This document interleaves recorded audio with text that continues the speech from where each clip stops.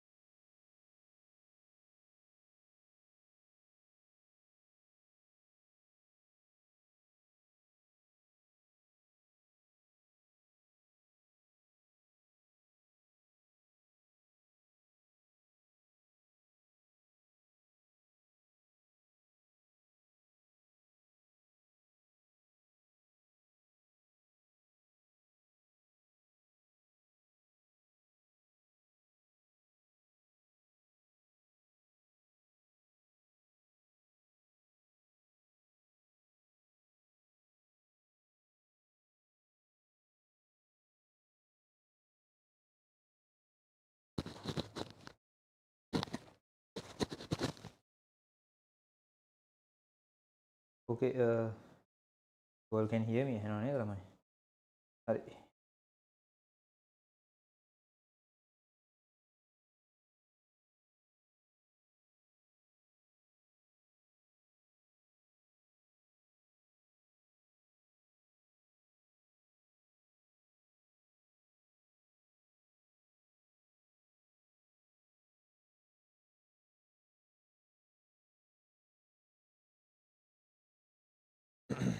Okay. So it's 8 almost. Is it a little bit too dark?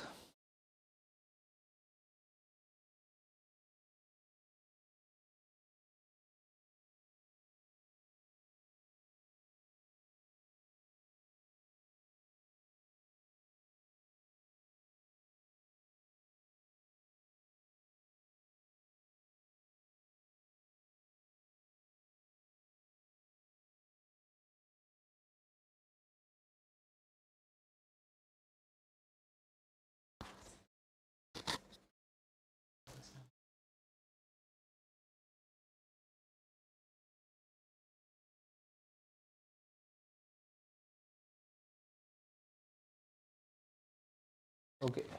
Right. I think it's wait, ne? Shall we start? Dark.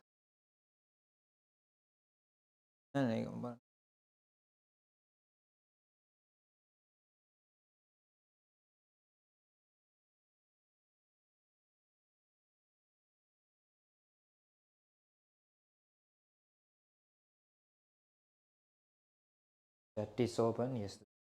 Fine.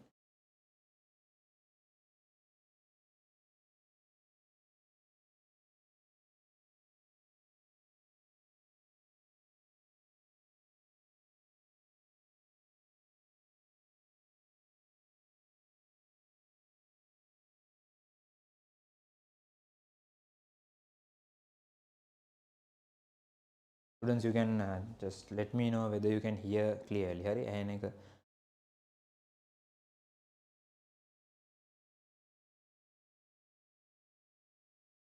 you can hear, ne? Hari, right. Then now it's better. Wait, I'll just check whether the YouTube live is working. See whether it's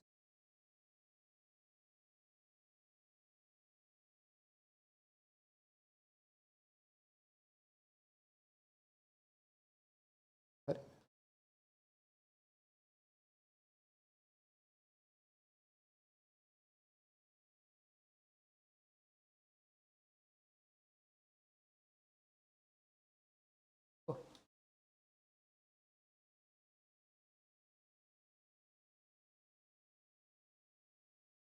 yeah, I'll let you know. And I'll also confirm whether Zoom is lagging or anything is happening, whether there are signal issues. No. Yeah, live hello, hi. Hari. Okay, so before we start, Hari, before we start, what is this session and why are we having this session? So this session wasn't an initially planned session. Okay? This session was planned to so actually this wasn't planned to happen, but a few students requested me to do the remaining part, which was electroplating and the corrosion part of metals. So I thought of having an extra seminar for that. So here we are, right? මේ එතකොට ඒ part එකත් cover කරගන්න ඕනි කට්ටිය අද ඇවිල්ලා ඇති. So I'll make sure you get that covered. හරිද? Okay. And if there's anyone who wants to share this, there's the links and all on the WhatsApp channel. You can make sure that you share. Okay. If someone is new for these sessions, sorry, if someone is new to these sessions, we had two main sessions. Actually, this is not a seminar of the seminar series. Consider this as an extra session. But there were two main sessions. If you couldn't join any of those, you can go and check the YouTube lives. The YouTube lives are there on the channel. You can check those and watch those if you want. In the first seminar, we covered chemical calculations, and in the second seminar, we covered the main parts of electrochemistry. And here we are to cover the remaining parts, which we couldn't cover on that day due to the time issues. Ne? Right. So today, regarding the time, ඊය වෙනකං යයිද කියන එක ගැන maybe we won't take I can't be exact about it, but I'll try to finish the session at around 10:30 p.m. and 10:30 p.m. and keep in mind next week or the week after that we'll be having our final and main session, which is to discuss the past paper questions. It will be a longer session and we'll be discussing the important chemistry questions which will cover most of the units. Now here I am covering only few units via seminars, but in that session I will be covering most of the topics via questions, using questions. So that will be done on next week or maybe the week after that. Make sure that you join those sessions definitely if you want, because those are the ones which are very important. Right. Anyway, today අපි වැඩේ පටන් අරන් යන්, and we'll try to get this done as soon as possible. So if there's a student who didn't join for the main electrochemistry session, you can try and listen and try to understand what we are doing today.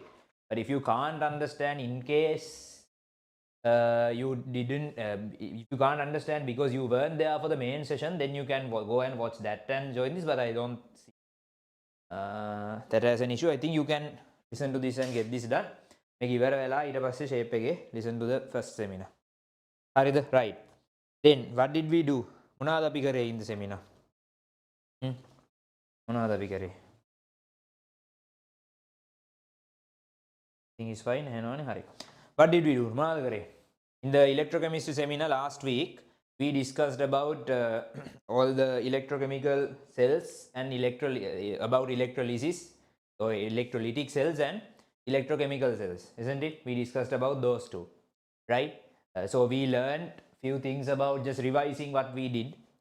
We learned about how to remember the reactions without studying, what are the logics behind electrolytic cells and electrochemical cells, and we prepared a very neat short note, and I think there were comments, there were feedback saying that it was very useful and that was a great help. I assume for all of you that's the case. So instead of studying all of those long reactions, now we know logically to derive how the reactions occur, and even not to study what the anode, what the cathode, and what are the charges. We know logics to get those. So if some students prefer to logically get the if students prefer to logically get the answer, then you can get it. Or else, let's say someone wants to study, it's up to you, but I know most of you don't like studying, so I made it easy for you. So that part was covered last week. Now today what we are going to do is we will be doing the remaining parts. So if I mainly divide the lesson into 3 parts, it will be electrochemical cells.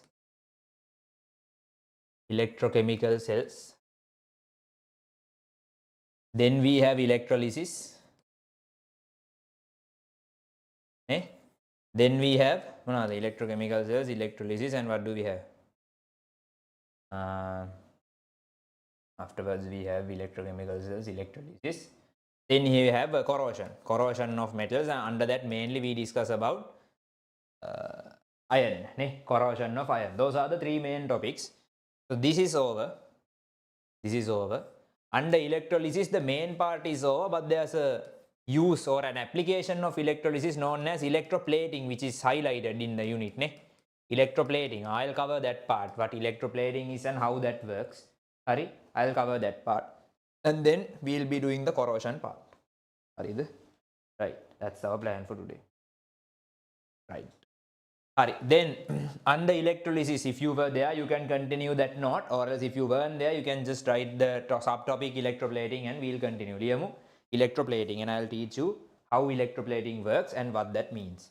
And as another use, you have the extraction of sodium chloride. I don't want to teach that because every concept related to that has been already taught. It's nothing different, other than there might be some theory parts for that down cell, but other than that, it's just the theories or the logics we learn on how what gases emits and no, so not sodium chloride, sodium hydroxide. About that, that part I'm not going to teach, because I believe that you can get that, you can understand that using the logics I taught you last week. If that's not possible, tell me. So we learned about few electrolytic cells, right? How those work and what are the reactions. Now, if I give you a random electrolytic cell, you are supposed to, you should be able to write the reactions using the short methods I taught you. Similarly, for this NaOH extraction, you can do that. Nothing different. It might be an industry, there might be some theory points, but other than that, the chemistry is the same. The chemistry is the same. හැබැයි For electroplating, the concept is a little bit different. It's a little bit different. Therefore, I'll be focusing on that. Hari. Then, shall we write the topic? Electroplating. Electroplating.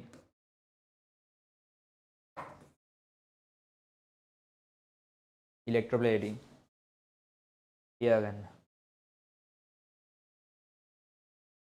How can I get the last week recording? You can check it on our YouTube channel, Pasindu Chammika, EMCH. That's the handle, or else Pasindu Chammika Chemistry. You have it, and or else if you can't find it like that, on our channel you have the YouTube live link sent few minutes ago. Click that, then you will be directed to our YouTube channel, so you can get that recording if you weren't there for the last week. Okay.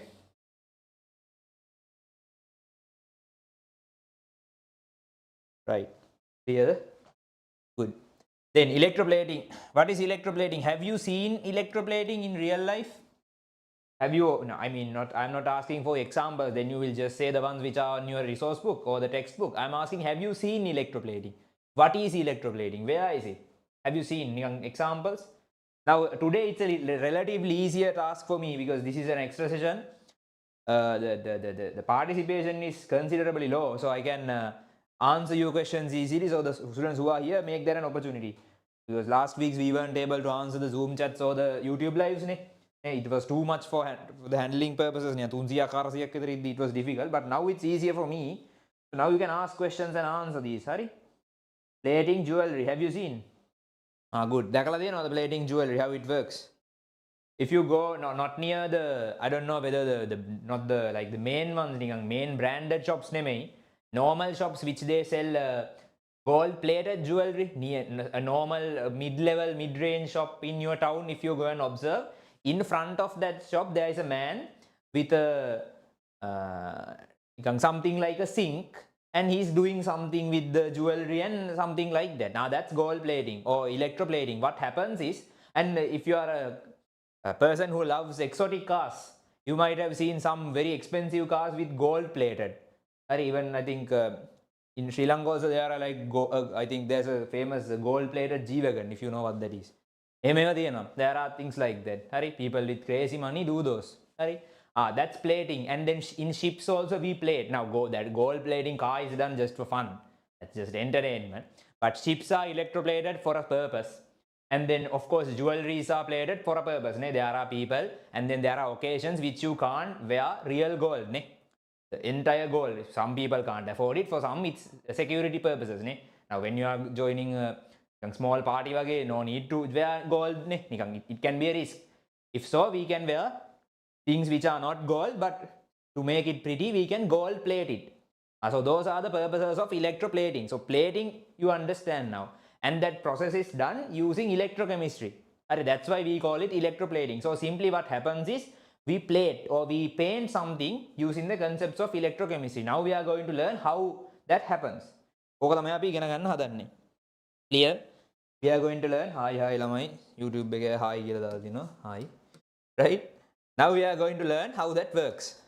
මොකද වැඩ කරන්න කියලා බලමු. Clear? We are going to learn how it works. Right. මෙතන මේ බලන්න. Pay attention.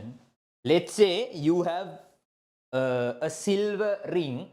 A silver ring, silver නෙමෙයි නිකන් a metal ring, නිකන් a random metal ring, we don't care. නෑ නිකන් හිතන්න a copper ring, and you need to paint it with using silver. Let's say you want to paint it using silver, or else are there like easier examples in your syllabus?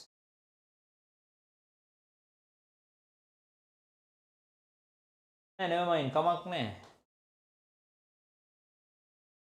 I think it's easier for you if I just use the example in your resource book. In your resource, you call it the textbook. Wait, I'll get it.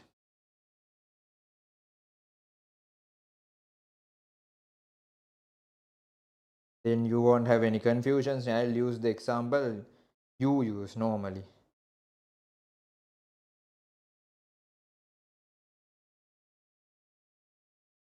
Go textbook.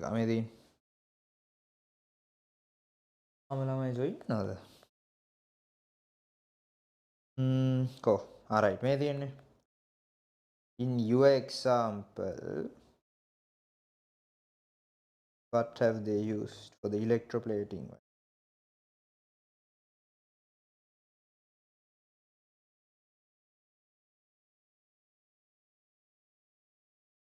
Iron spoon. Okay. They have used iron and copper as one example. I use that. Let's say you have a. Now I'll use the same similar example. Now I'll use iron ring. We have an iron ring and we need to plate it using copper. In iron ring you need to apply copper. That now in golden shops what they do is they I think take silver, I don't know, and then they apply gold around it. Not sure whether it's silver. Maybe some other metal and gold is applied around it. The audio and video are fine. Right? Then what happens is this. Now tell me, we are using electrolysis. The second part we learned, not electrochemical cells, electrolysis. Now tell me, is electrolysis spontaneous or non-spontaneous? Or in simple terms, is it a natural process or do we force it? The electrolysis concept, is it a forceful thing or is it a natural thing? Api බලෙන් කරන එකක්ද නැත්නම් is it natural? We force it, right? Exactly. It's not a natural thing. So we can do whatever we want. How do we know that? Because we provide a battery and that battery gives energy. You might not like to do with metals, but you have to do it. I am giving you energy. That's the whole concept of the electrolysis, right? When it comes to electrochemical cells, it's different. Electrochemical cells wala katawa venas. Do you understand? It's different. Why is it different? Because for electrochemical cells, it's according to that activity series. If you are not that reactive, then you can't do that. You can't be the anode because you want to. You need to have the ability, right? But here we are forcing it. Then in that case, this is what happens. Let's say you have a copper ring, you have an iron ring. Example iron ring එකක් තියෙනවා. You need to plate this using copper. Then this is what happens. A very simple concept. You add the iron ring here, and then you add the copper rod here. You add the copper rod here. And remember, now this is the copper rod. This should be pure. This is just a copper rod. I will discuss the secondary ideas of this. This is the iron ring. Iron means Fe ring. Now, before studying anything, we'll try to logically understand what is the requirement now. What should happen in order to apply copper here? Now normally tell me, can we just take copper from a solid and apply? No, we need to have it in the iron form. We need to have copper in the iron form to apply it or to paint it. So what we do is, if you want to apply copper, then this solution, we call it the electrolyte. The aqueous part, we call it the electrolyte, should be something containing copper. So simply, if you want to apply copper here, you should have a copper rod. Not only that, you should have a copper 2 plus iron as well. Now in your example, I think they have used copper sulfate maybe. Yeah, they have used copper sulfate. That's the most common one, right? We use copper 2 plus. Somehow we need to have copper 2 plus. In your case, they have used copper sulfate. Makes sense. Right, so what's the requirement? The first requirement is we can't just apply it using a solid. We need to have it the ionic form. Therefore, if you want to apply something on something, then you should have the ionic form of that. That's number one. Now what happens? That's what we are going to learn. Now here, this is what happens. This is what happens.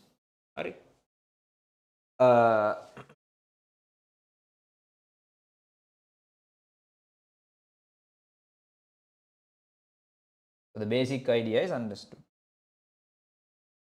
What happens here is, we somehow, now I can say this is the battery, we set it like this, but before that you need to understand why we do that. We somehow oxidize this. We try to oxidize because what we want is we need to remove the solid and we need to put this into the ionic solution and then we are going to apply it here. That's the process. We put it here and then we are doing something for this and putting it here. That's the goal.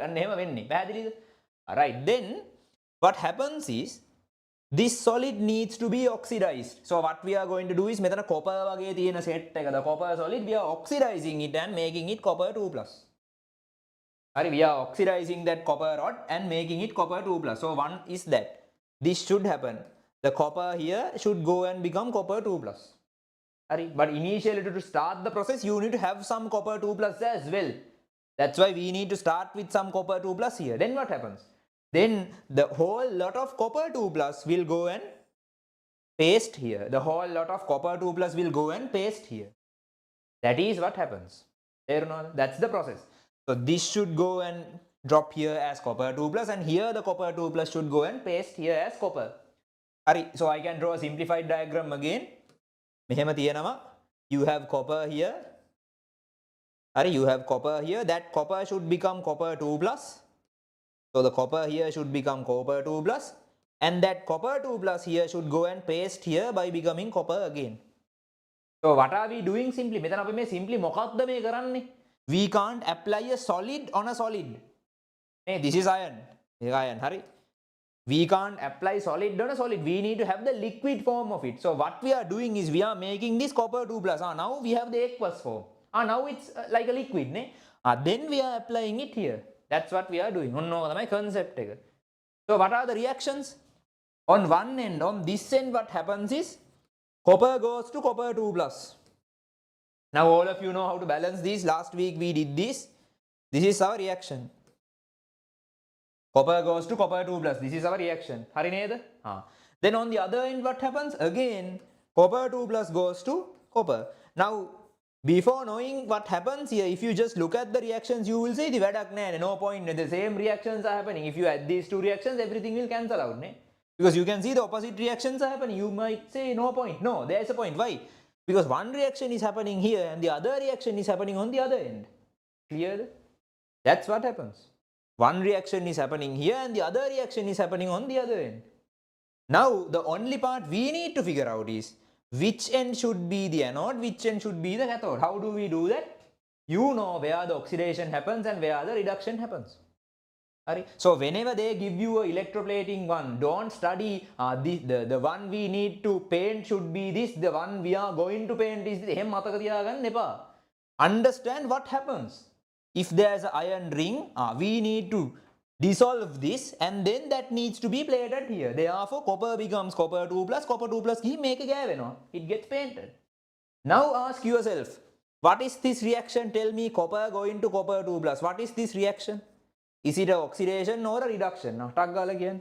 Is it an oxidation or a reduction? What is that reaction?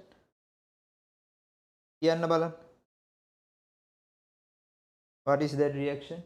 It is an oxidation. Very easy, right? This is an oxidation. Now, where does the oxidation happen? In the anode. Does it depend on whether it's electrolysis or electrochemical? No, depend on right? So, this is the oxidation. This is the oxidation reaction. Where does the oxidation happen? In the anode. Then automatically this becomes the cathode. And again, it's obvious why. This is the reduction. Make a reduce. This is the reduction. Therefore, this is the cathode. Already we know this becomes the anode. This becomes the cathode. See how easily you can understand this without studying. So we reduce the amount of things we have to study. By understanding. Now what? Now you need to understand which end we connect the battery. Now one could say, I don't want to remember that much. I just simply study the ends of the battery. Fine, you can do that. Two things. If they ask a question which needs your understanding, then you are in trouble. Then that additional thing is a burden on you. You have to study that as well. It's up to you. Anyway, now it's very easy to determine the ends of the cell. This is the anode. What happens in the anode? Anode I can increase the size. What happens in the anode? Anode, electrons go away, right? So the electron flow is this direction. What happens in the cathode? Electrons are attracted. Why? Because this is the reduction, this is the oxidation. Now, if the electron flow is in this direction, what's the direction of the current? The opposite. The current will be flowing in the opposite direction. That means, which end should the cell be? Like this, then the current will be flowing in this direction. See, even without studying, we know how to get the ends. And then we remember if this is positive, this is positive. If this is negative, this is negative. See, we haven't remembered, we haven't studied anything. We are not studying a single thing.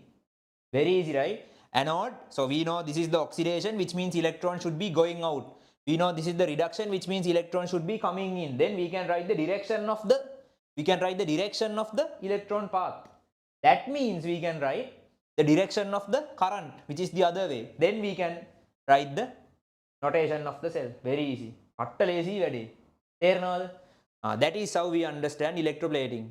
Alright, now the thing is, we need to prepare a small note for that. So that is it. Now there might be some other theory related to the electroplating, and there I can show you another important example of electroplating, but the concept is done. Very easy. තේරුණාද? Was it understood? Hari? තේරුණාද? You understand? Clear the වැඩේ.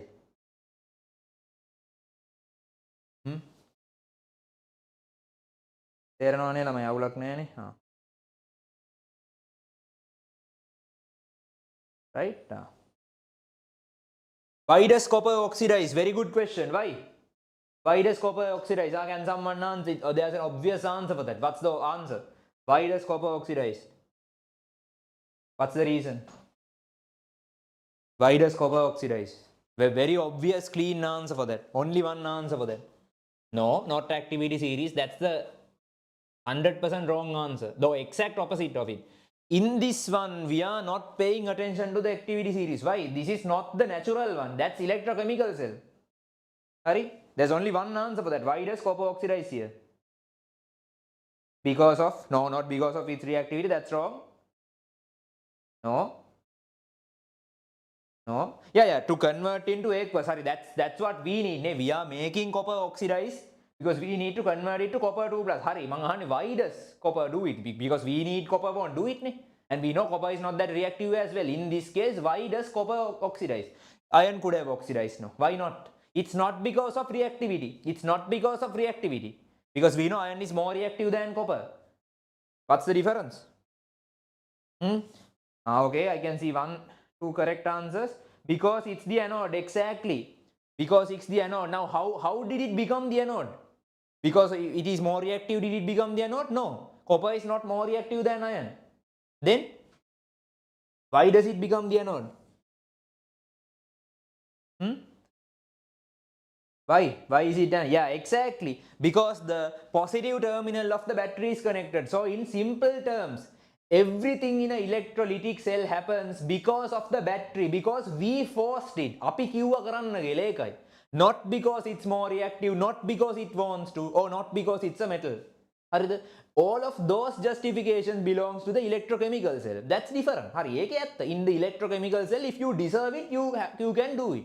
But here in the electrolytic cell, iron might be more reactive. Who cares? We put the battery and we decide who we want to oxidize. Here all the justifications are done using the battery. The battery decides what does what.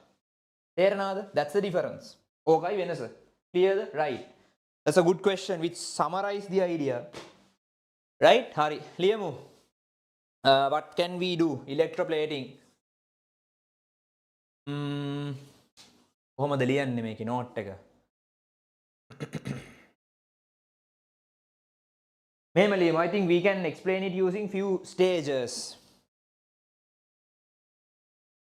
We'll write electroplating. Now what is our object? හරි මෙහෙම ලියන්න. Put a Q and නැත්තම් put a star mark and we'll try to finish the note as soon as possible. We don't waste time writing notes. It's just understanding here. කවන්න put a star mark and write. ලියමු තරු ලකුණක් දාලා.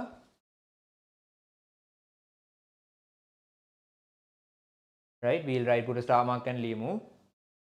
First one. The first one.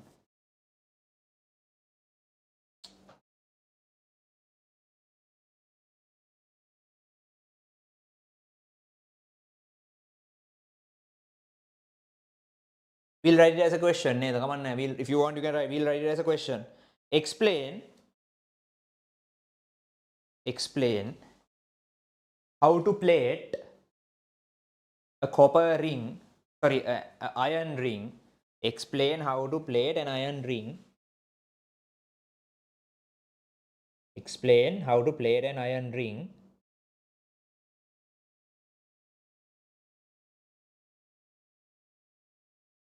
An iron ring.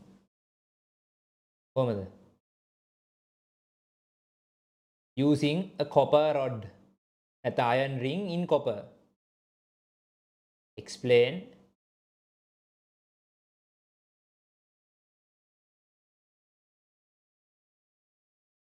how to plate an iron ring with copper. With copper. Iron ring with copper. Hari? With copper. Clear? Right. Copper. Then what happens? Now I want you to pay attention because it's not just listening to and writing the notes. You have already done those. We are trying to do something better than that. And of course we need to have the iron ring. Hari. Iron ring. Then you need to have the copper rod. Remember, if you have the copper rod like this, it's okay in your textbook also it's like this, but then this part won't involve in the reaction. No? How can it involve? It's not in the aqueous medium. It won't. Hari. So you have the iron rod.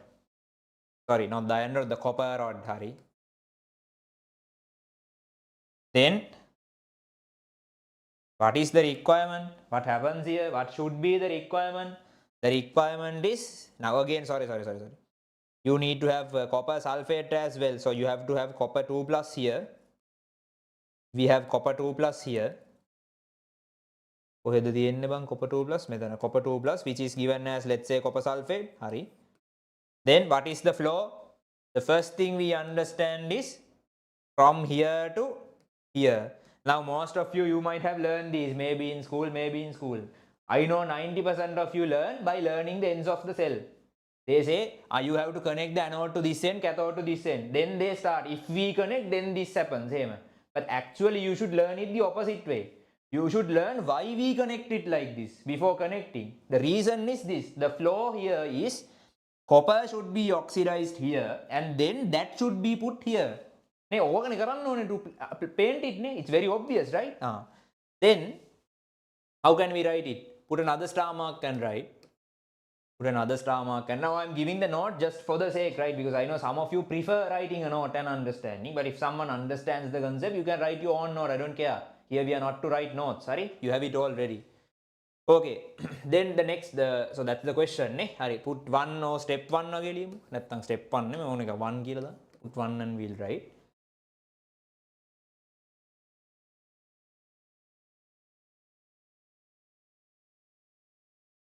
Plating can be done by, so I am explaining this flow. Make kahapada lines I am explaining in a point. Hari.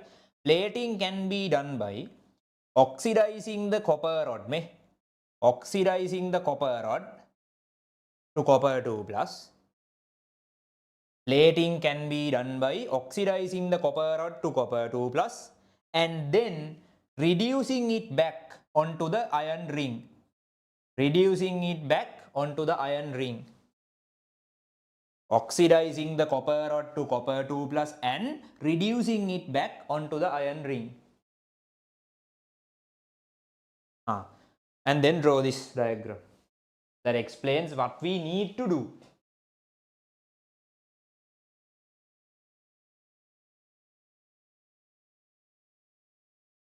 It explains what we need to do.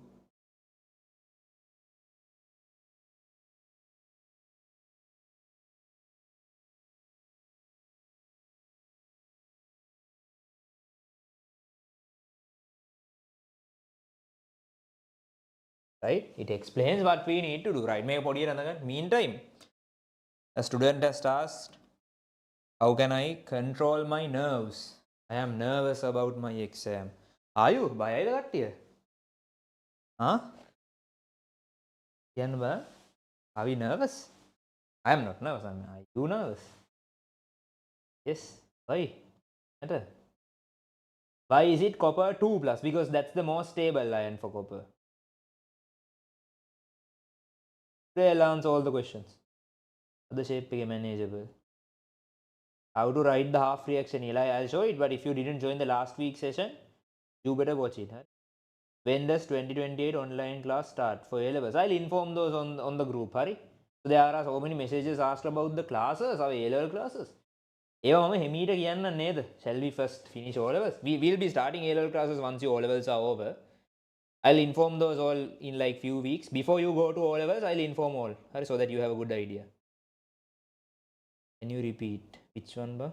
Repeat. Very, very nervous. Lo. YouTube එක ළමයි nervous ද? YouTube ළමයි දාන්න නැති වෙන්නේ. Others can see නේ. That you are nervous. That's so. Zoom ළමයි නම් දාලා. Why are you nervous?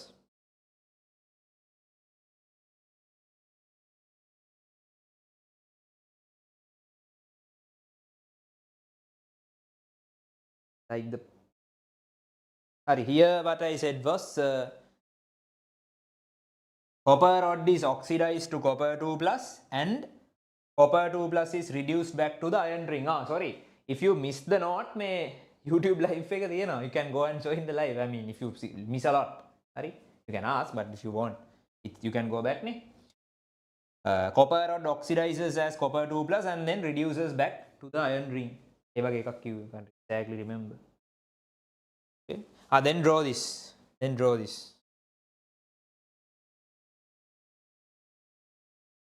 Hari? If you are nervous, the only thing you can do is try to work a little bit more. I know that that's not easy as it seems. Yeah, as easy as it sounds. I know that's true. But consider this as another challenge. Hari?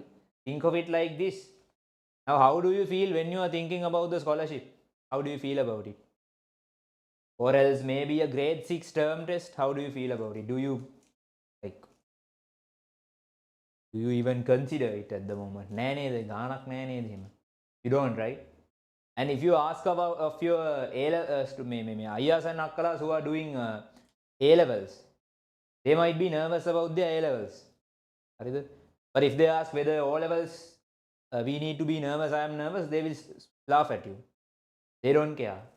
And then if I ask my friends who are at university, whether they are afraid about university exams, to a certain extent, yes. But we don't care about A levels. A levels were nothing for us. We do say now, but those days we were nervous. It's very similar. Even in university, we talk about our first year exams. When we entered, we were very scared for our first year exams. Now we laugh about those. It's a very normal thing. Normally, we look at questions and we exaggerate it. That's how our brain is functioning. But in about 10 years, 15 years, it's just a moment. We just laugh about it no matter what the outcome was. If you really didn't put in the effort, then you will leave with some regrets. That's true. Regrets are a very bad thing to have because you can't cover it up. It's very difficult to. So don't have. So try to give your maximum. That's true. That's correct. Even though that's the case, in most cases you will laugh about it or talk about it no matter what the result is. For an example, I can remember when I was doing O levels, I forgot my ID in the examination hall, and on the next day it was a total mess. I can remember how scared was I. It was a total messy situation, and I didn't write the O level maths paper very well. Our year O level maths paper a little bit difficult. If you can go and check, I did my O levels in 2017, and the A pass for maths was given at 57. 57 එකක් දුන්නා. Even in parliament it was discussed. That paper I didn't write very well. Maths was my favorite subject, and even I did maths and got 3 A's for A levels. So you can understand the pain I had. Simply what happened was, for the last term test in O levels, I had 99 for maths, so I didn't care about maths. And somehow I didn't write it well. Somehow it didn't go according to plan. I wrote it for just like a marginal 75. Then I was very worried about it, and I can remember I cried. But later the A pass was given at 57. I think no issue. Now I'm just joking about it, and it's just a memory for me. ඒක හැමතිස්සෙම මේ හිතන්න. හරිද? ඔයාට මොකක් හරි වෙලාවක if you come up with an issue, just think of it in a period of 5 years, it will be just a moment I would laugh about it. එහෙම එකක් වුණානේ, I handled it like this. These are the things I have done. බලන්න මම කරපුවා වගේ, it's just a memory. හරි? Knowing that, give your maximum, and if you give your maximum, I think still you have the ability to get a good result. Most of you would get a good result comparing to A levels. Most of you would get a good result here. So enjoy that.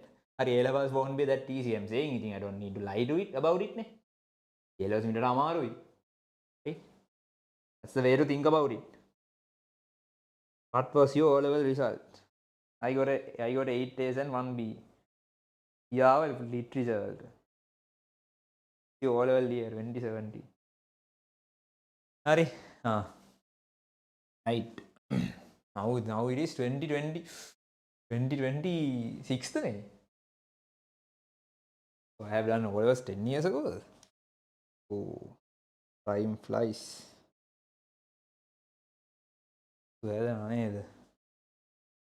Realizing that is also very weird. I did A-levels in 2017. O-levels, I mean. So I am 9 years older than you. No, 8. You all are supposed to do O-levels in 2025. 8. Shape. Duck. Right. Another. Okay, then what do we need to do? Now we need to identify, in order to do this, what are we supposed to do? Hurry.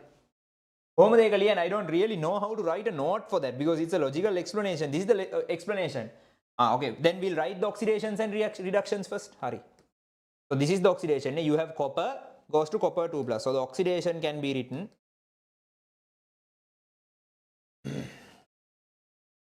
copper goes to copper 2 plus. You can see it, it's visible.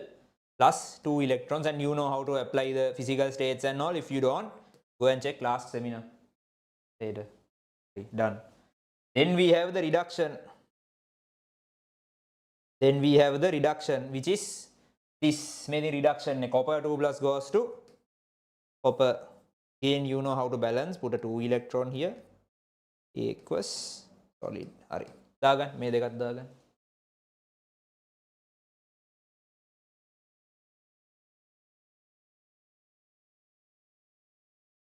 Quickly write this.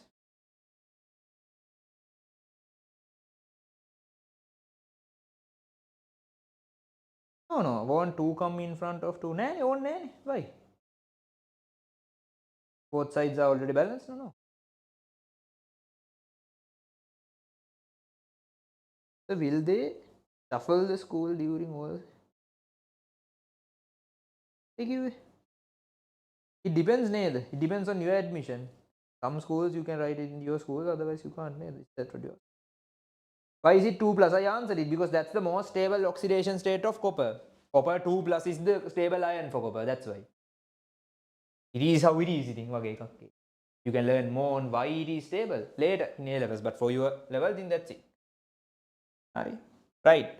So this is it. You are right. Then we can write, put a star mark and write. Since we know the oxidation end and the reduction end, or as you can write, since we know the oxidation end and the reducing end, since we know the side which oxidizes and side which reduces,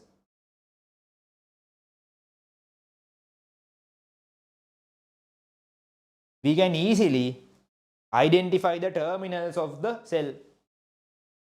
We can easily identify the terminals of the cell.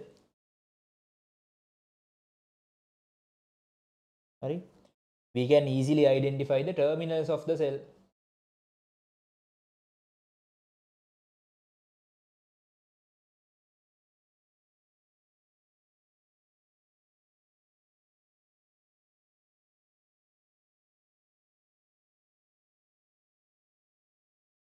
We can easily identify the terminals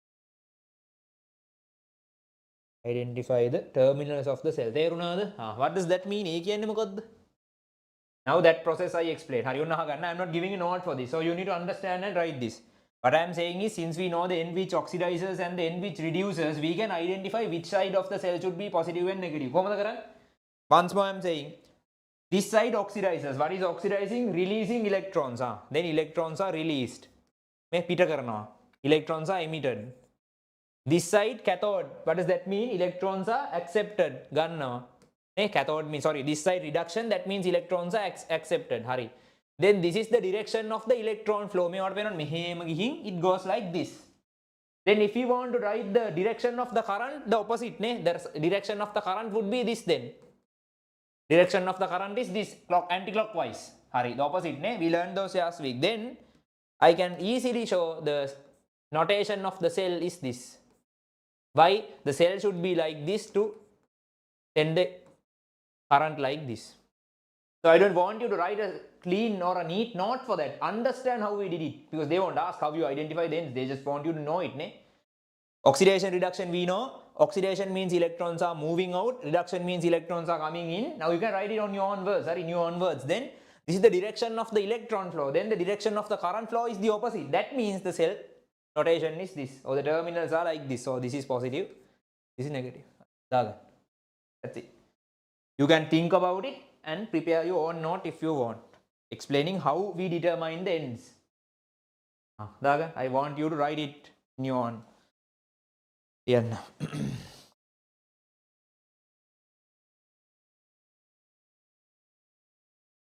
Yeah, if your school is an exam center, you will be doing LS. That's correct.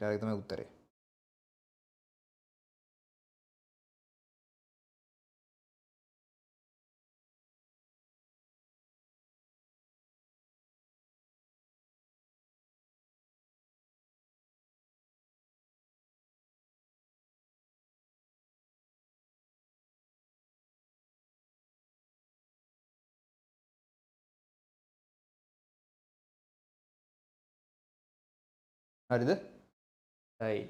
Yes. That's it, neither. Electroplating. Will the maths paper and science paper be hard this year? It will be easy this year. I don't know. Just think it will be easy. Who knows? A level is not bad as you. O level is not bad as you think. Most of you, I mean, all of you, almost all of you will get good results. That is the I'm serious to say.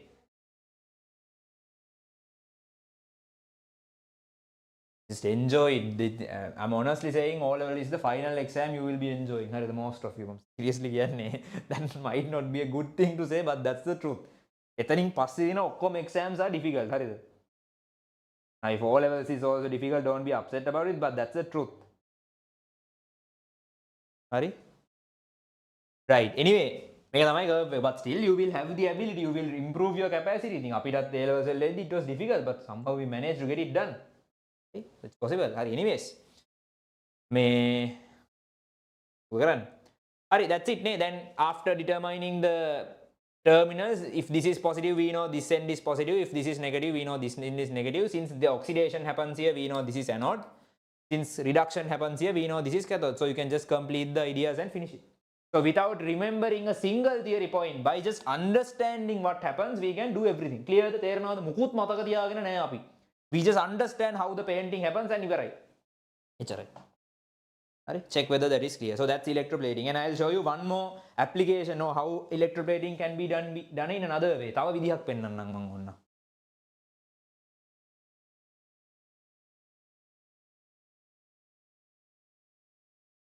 Can you do a small recap about the blast furnace? Those things will be covered later. Parts, those things I'll cover you during the paper discussion, or else if we need another extra session, I'll send a message to the group and we'll have some votings and then we'll decide.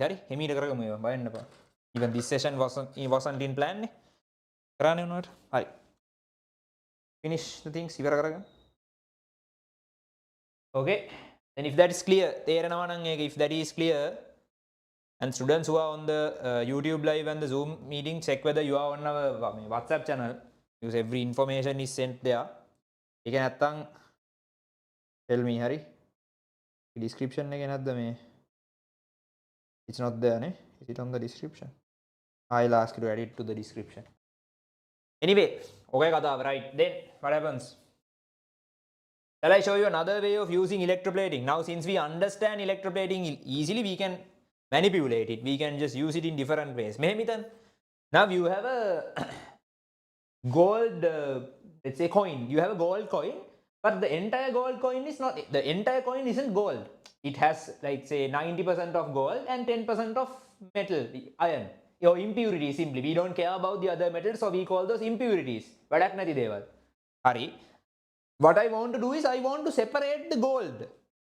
Again, I have gold. Now this is another way of using electroplating. I have gold in a coin which has 90% gold, but 10% I don't want, impurities. And then I have, I need to separate it. How to separate? This is how we do it. For that, I need a pure gold something. This is completely gold. Make a pure gold. Why? Now I can't just separate it. මට වෙන් කරලා නිකන් ඉන්න බෑනේ. I need to separate it and go and paste it somewhere. නේද? In this electroplating, what happens is we can remove something and then we have to paint it somewhere. නේ? Otherwise it will remain in the solution. That's no point. නේ? So here also what we are going to do is, I have that coin which has a certain amount of gold. I am going to remove it and paint it somewhere else so that I would have the entire gold portion. The remaining impurities won't go. අර ජරාව ටික එන්නේ නැහැ. Only the gold will come. That's my objective. So for that I need to use a pure gold one here. Why? නැත්තදී වැඩක් නැහැ. You have a gold coin, you separate the gold from it and then you paste it in another iron rod. වැඩක් නැහැ. Then again it's impure. නේ? Here also then you have gold and iron. No point. So here you are using a pure gold bar. මොකද pure gold something. This is 100% gold. Then this is my coin. A certain part is gold. I'll take this part as gold. This is, I don't know, මේක වැඩක් නැති part එකක්. I'll put question marks. This is impure. මේ වැඩක් නැහැ. I don't want that part. හරිද? Is that clear? Now what happens? Now again, what is my goal? Now since we understand the basic, අපිට මේක වෙන දේ තේරෙන හින්දා it's very easy now. No matter what the situation is, what we have to do is make a gold නේ. Gold get oxidized. Gold get oxidized. Hari, if you don't know the formula of gold, gold is AU. හරිද? Make a gold don't ne. We'll just use copper ne, because gold we don't know the formulas ne. We'll use copper. This is pure copper and this is my coin. This part is copper. This part is copper. This part is impurities. මොන හරි වැඩක් නැති જાති කුණු ගොඩවල්. Impurities. Right? Hari. Then what happens? What is my goal? To oxidize the copper part. Shall we use a different metal? Iron use karamu this time, because we last time used copper. Iron, pure iron, 100% pure iron, right? So the iron gets oxidized as Fe2 plus, and then this one we go and paste it here. That's our goal. So very easy. Now what do we have? These impurities won't come with iron because we are doing it for iron. Now for this, these impurities shouldn't be oxidizing or reducing. Normally the impurities won't do any of those. Again, when you extract iron, from the soil, you will have iron and then some other impurities which are not metals. Typically those are not metals. Then those can't do these oxidations or reductions. Or battery it won't reduce or oxidize. It can't. Doesn't exist. The oxidation doesn't exist for that. Only this part will oxidize. Then this gets pasted here. Then is it completed? Yes. We separated the Fe2 plus and then we pasted it here. So now we have a clean Fe. This part was separated. For that, what's the objective? Then this is again Fe goes to Fe2 plus. Then this part is the oxidation. Fe2 plus goes here as Fe. This is the reduction. Then the similarly you can decide what ends the batteries are. Now you can do it on your own. Taniyen karala decide which end the battery. Positive, negative හිතාගන්න. You need not to study. තේරෙනවද? Once you understand the concept, it's very easy to manipulate it for any situation they give. හරි කොහොමත් කරන්න පුළුවන්. Clear? Is that clear? තේරෙනවද ළමයි? මට පොඩ්ඩක් කියන්න. Is it clear?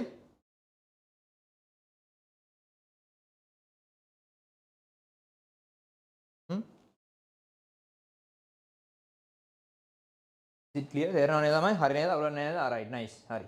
Good. Okay, right. Okay. You can put a small star mark and write. Similarly, we'll finish this. Similarly, we can use electroplating.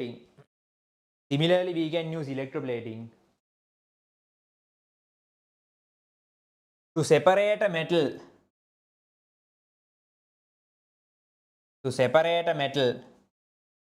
From a mixture of impurities. Similarly, we can use electroplating to separate a metal from mixture of impurities. So this is the metal we are separating with the mixture of impurities. How do we do that? Oxidizing this part and reducing it here. So that this should be the anode, this should be the cathode. Oxidizing anode, reducing cathode. Therefore, you can decide which end the batteries are. I am not going to teach those. I assume you can get that done. Now, if it is not clear, is it clear? Can you react if it is clear? Solution used. In this case, what should be the solution? A solution which contains Fe2 plus. We don't know.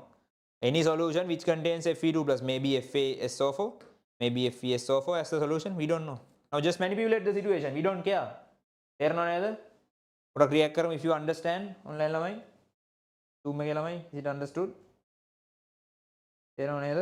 alright you can නේ හොඳයි හොඳයි nice හරි right. good හරි okay ඇති. nice okay YouTube ළමයි තේරෙනවද? clear no?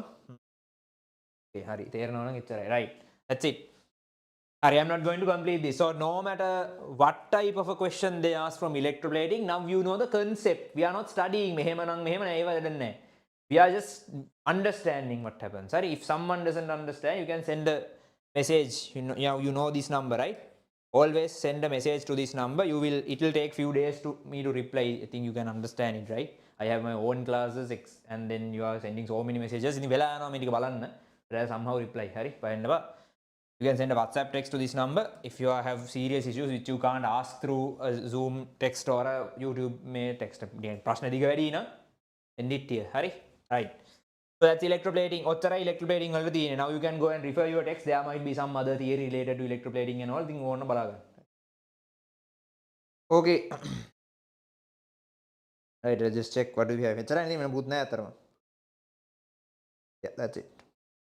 They haven't given a lot about electroplating. That's the concept of it. But there were a few questions. Sorry. Then we can move on to the next topic.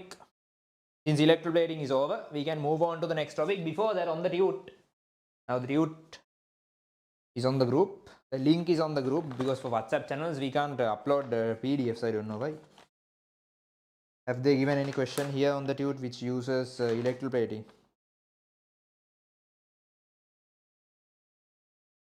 Maybe they have given.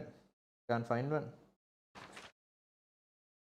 I'll check if they have given a question as electroplating somewhere. You can use it and answer it. Hurry. Right, now one more important part is remaining in this unit. What is it? මොකක්ද අන්තිම part එක? Corrosion of metals.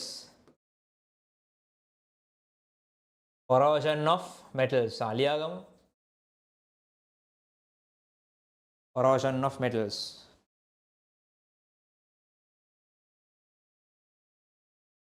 The time, it's 9 නේ තාම 9යි. This part won't again take long. Corrosion of metals. Since we have a little bit of time,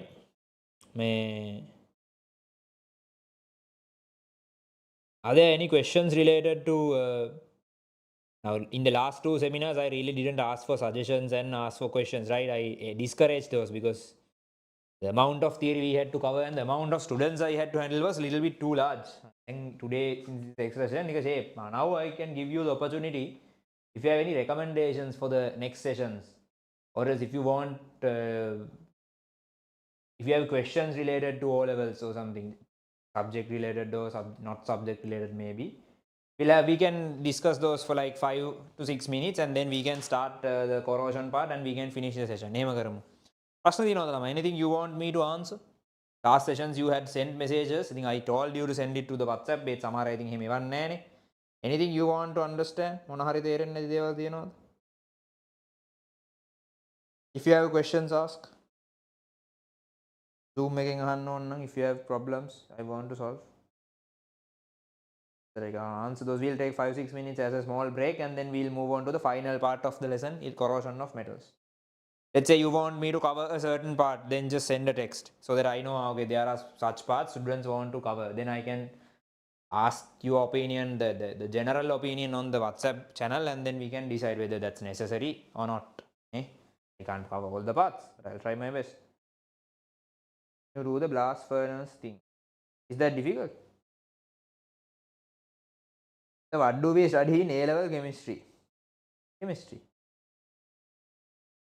Like O-level chemistry, but the difference is you learn why. Now most cases in O-levels you don't learn why neither. You just learn it is how it is. The difference is you learn why. That's why electrochemistry is easy now for you if you got it properly. Because I taught you why or how. And you cover a little bit about hydrostatic pressure. Doesn't it fall under physics? I don't know in A-levels it falls under physics. The physics parts will be covered by Janidu sir. I think you all are on that group as well. If you are not join it, I'll ask my admin to put the link.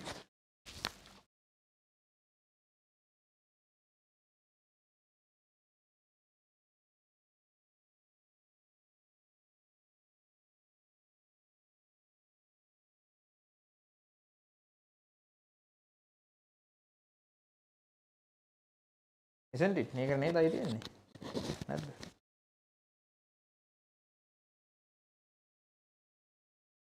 Electromagnetic induction, electronics, electromagnetism, those are physics නේද? The physics parts will be covered by Janil sir. You know. And if there's any student who isn't on the YouTube, maybe the WhatsApp channel, it's on the yeah, it's on the කොහෙද තියෙන්නේ? description එකේ නෑනේ.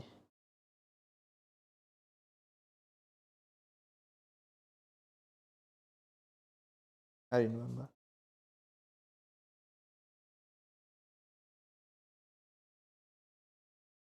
Okay, yeah, හරි. Yeah, the channel link is on the description of the YouTube live, so you can join it if you are not on it.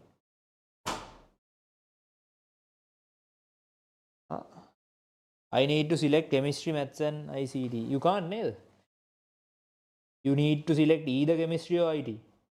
It's maths, physics, chemistry or IT. You can't select both chemistry and IT, at least that's what I know.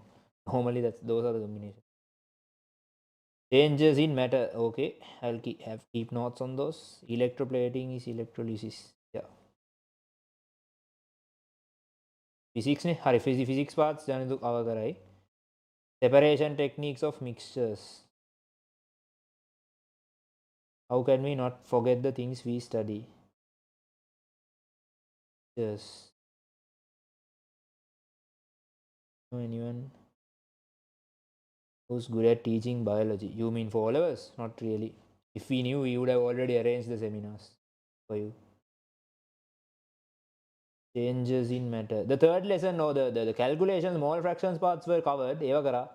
First seminar. Okay, you need the mixtures part and the blast furnace. Those are the main concerns, I assume. Did you do chemistry, maths and physics? Yes. That's the only way you can go to the engineering faculty. By doing IT, you can't. A-level bio. Those things text us on the number. I really don't want to recommend anyone or talk about A-level classes in O-level seminar. I don't like it. A-level questions මොනහරි තියෙනවා නම් text on that number. ප්‍රශ්න දැන් වැඩි වගේ. No, bio parts I won't be doing. Changes in matter.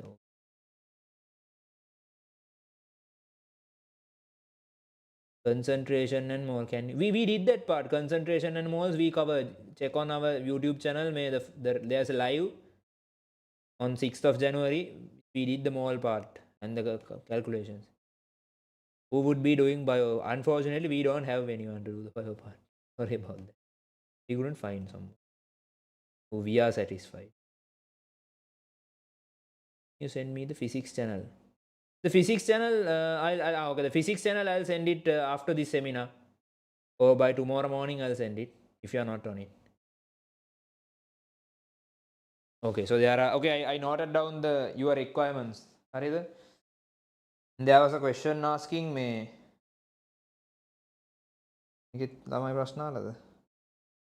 There's no link to join the physics. Okay, you can join our group. Harida? On that group, I'll send the link for the physics channel. Hari?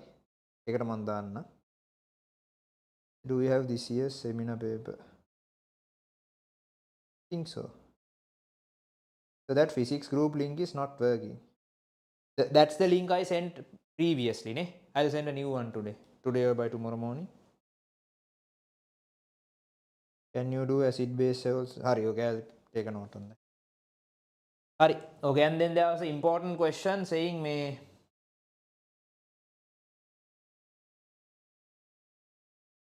okay, you have the physics. Hari, I'll send it to the group channel.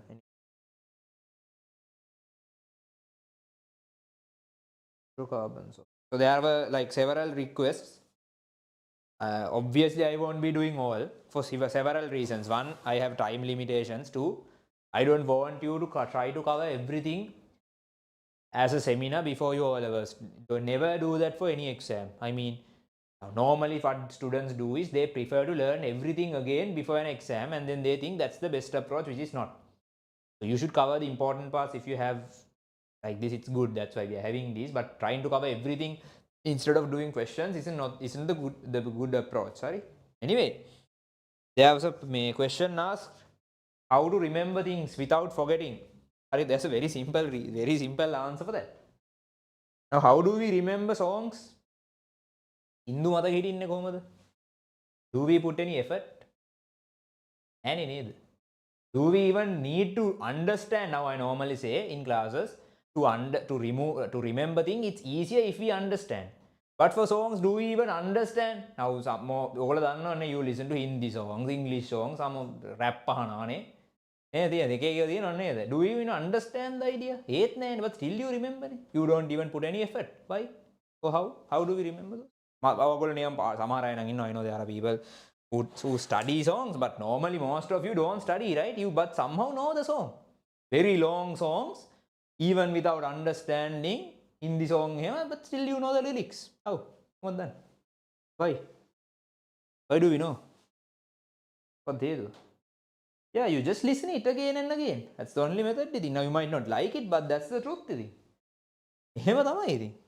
Now, if you are thinking that your memory isn't good and your brain is always forgetting things, that means you are a normal human being. If you are not forgetting things which you are not going through again and again, because your brain is functioning in a way to forget the things which you don't know. So brain doesn't know what you actually want or not. It assumes if you are not going through it, you don't know. If you don't want it. There are things in life which can happen which we need to forget. මතක තියාගන්න ඕනේ නැති දේවල් තියෙනවා. ඔක්කොම මතක තියාගන්න ඉඩ නැහැ. So that's normal. ඒක නිසා මේ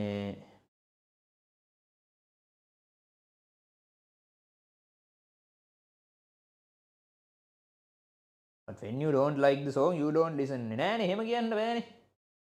එහෙම එකක් නැහැ. හරිද? Now aren't there any songs which you don't like, but still you know the lyrics because you just hear it නිකන් ඇහෙන හින්දා? බස්වල යද්දි maybe in social media and all.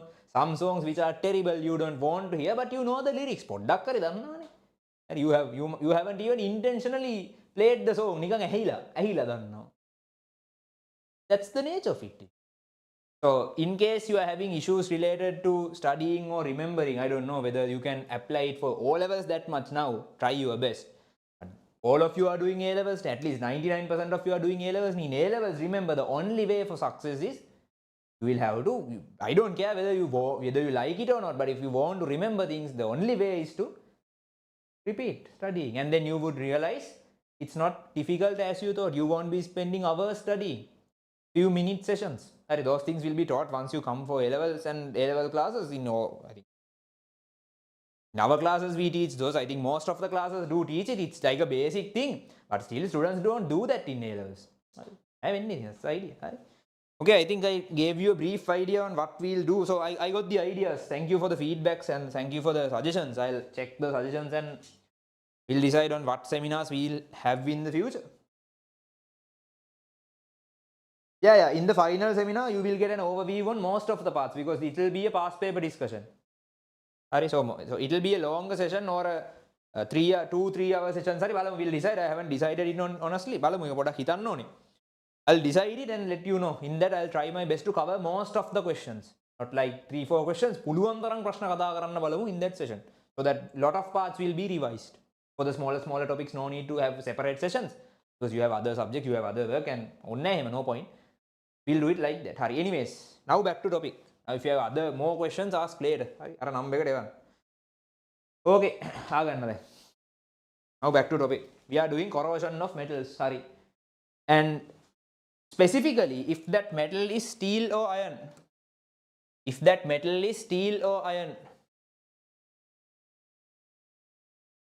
We call that corrosion rusting. So a specific term for the corrosion of iron or corrosion of steel, we call it rusting. It's rusting. That's what we are going to learn.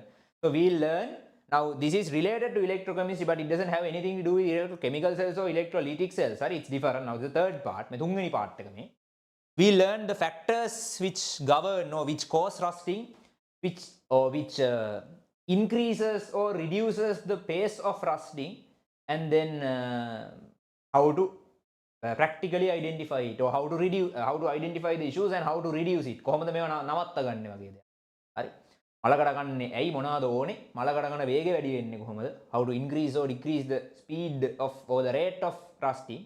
How to prevent it? What you should learn, that's the order නේ. හරි. Right. So this part in your lesson is conducted or is flown using experiments. නේ මේක ලියා ගන්නකො. You can write corrosion of metals, and you can, if you want, you can write when the metal is steel or iron, we call the corrosion rusting. Rusting කියලා කියන්නේ is a specific name then. පැහැදිලිද? Okay. දාගන්න ටක් ගාලා. Then we will be learning about 6 experiments. අපි ඉගෙන ගන්නවා about 6 experiments. I'll quickly teach you those one by one. Very easy. This part is not difficult. It's a very easy part, but several years questions have been given. එකද අපි ටක් ගාලා කරගන්න බලමු. Can you remember the experiments? Now I don't think in most papers they would expect you to remember the experiments, but they would expect you to understand why that experiment is conducted. So typically they will give you the experiment and ask, using this experiment what can we conclude. So the experiments are very easy. Now the first experiment exp1. Yeah, just if you don't want to prepare a note for this part, because I'm just repeating what's on your textbook, you can just listen and understand. That's enough. In the first experiment, we are determining whether atmospheric air is necessary for rusting. That's the first part. So what we do is we take now we normally analyze iron. Now I told you if iron or steel is corroding, that's called rusting. So we are normally analyzing iron. We take two iron nails.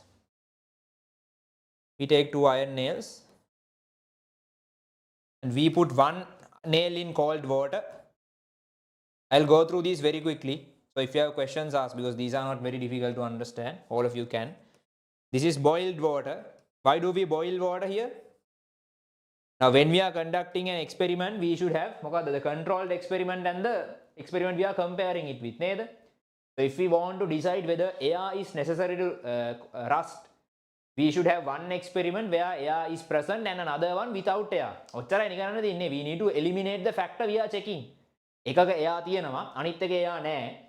If the one with air rusts and the one without air doesn't rust, that means air is necessary.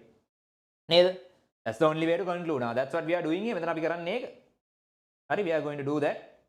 How are we supposed to do that? You have boiled water, you have cold water, and here you put a layer of coconut oil or a layer of oil. Why? To make sure air won't again dissolve. Now once you boil water, we can eliminate or we can emit the air by boiling.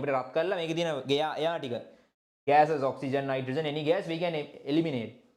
But we can't just eliminate and think it's okay. Why? Again gases can get added. So to prevent that, we put a protection layer which is oil. In your textbook, it should be coconut oil. Yeah, coconut oil layer. So that means this experiment has air. Air is present. Doesn't have air. No air. Then after a couple of days, maybe several weeks, you can see, or even in 1-2 days maybe, you can see that this is rusted. This is not rusted. This is not rusted. This is rusted. This is not rusted. That's the right. So that we can conclude air is necessary for the rusting process. Very simple. Don't need to even prepare a note. Everything is in your textbook. It's up to you. So one with air, one without air. This one did not rust. This one did rust. Therefore, we can decide. So the few things you can understand, they can ask why a layer of oil? To prevent air entering again. Why do we boil water? To remove all the air existing in water. Those are the things they can ask in general. This is experiment 1. Anything? I'll give you 30 seconds. Anything? Or else we'll go to the next. Within 15 minutes, I'll finish all the experiments. They are very easy. These are.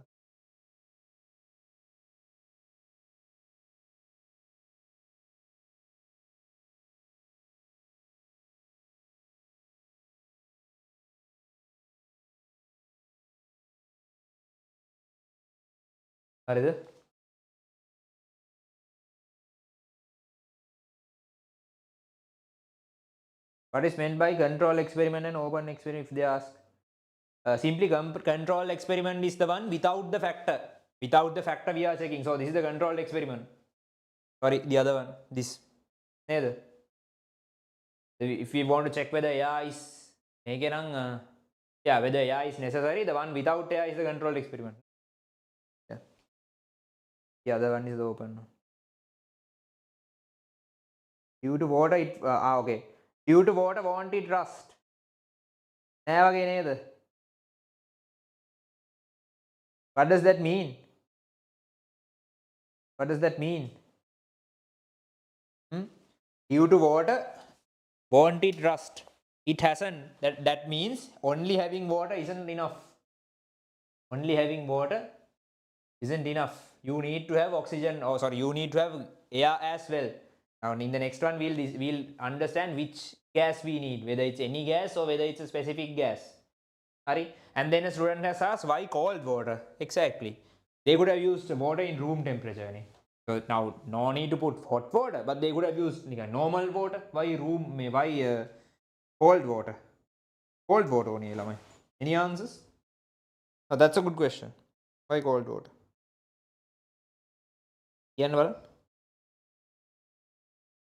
Why do we need cold water?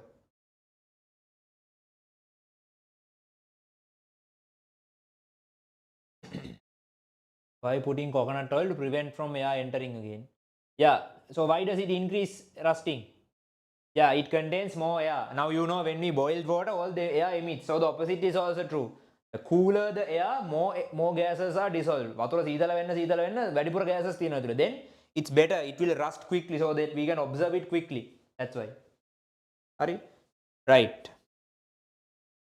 Clear? Then this is experiment 1. Then I'll move on to the next one. Then the next part is we are going to check what gas is used. Mona gas එකද use වෙන්නේ කියලා. The next experiment we are going to check which gas is used. Okay.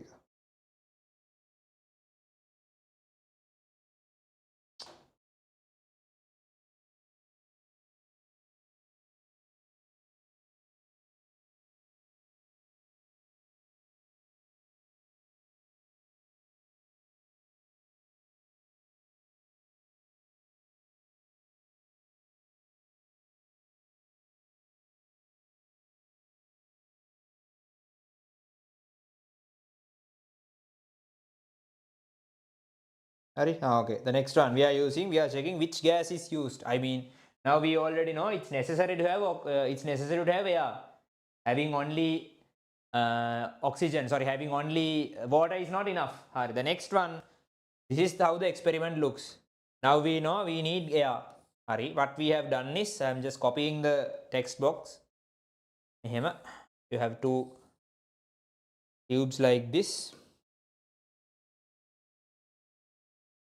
Face down. And then on one end you have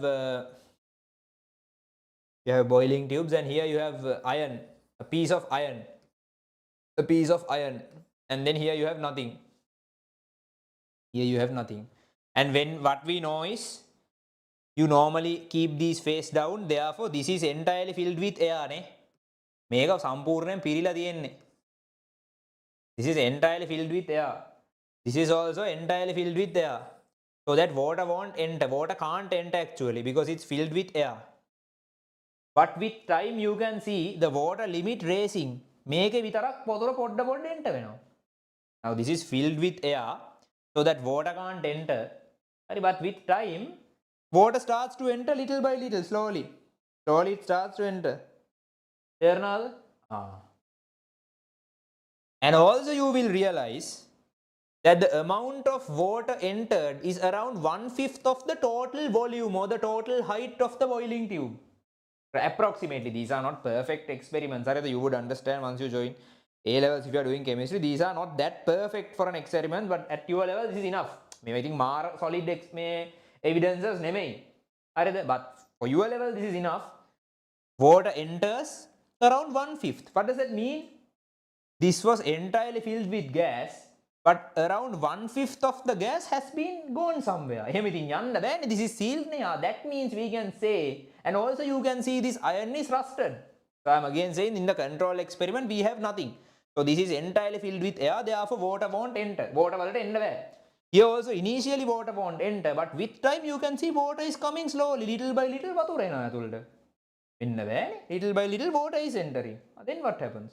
Then we see that the iron is also rusted. So looking at all of that, we can conclude for the rusting process, actually oxygen was the one which was used. Why? Because oxygen's volume is 1/5 of the total air volume in atmosphere. We have roughly about 20% of oxygen in the atmosphere. So we assume this was entirely filled with atmospheric gas. 20% of that was oxygen. That was spent to rust iron. Therefore, that 20% is what? There is 20% space. That's why 20% of water, or the water filled up to the 20% mark. Does that make sense? Hari? I'll repeat again. Hari? What does that make? What does that mean? Hanai. Mevan. You have oxygen. Sorry. In the control experiment, you have nothing.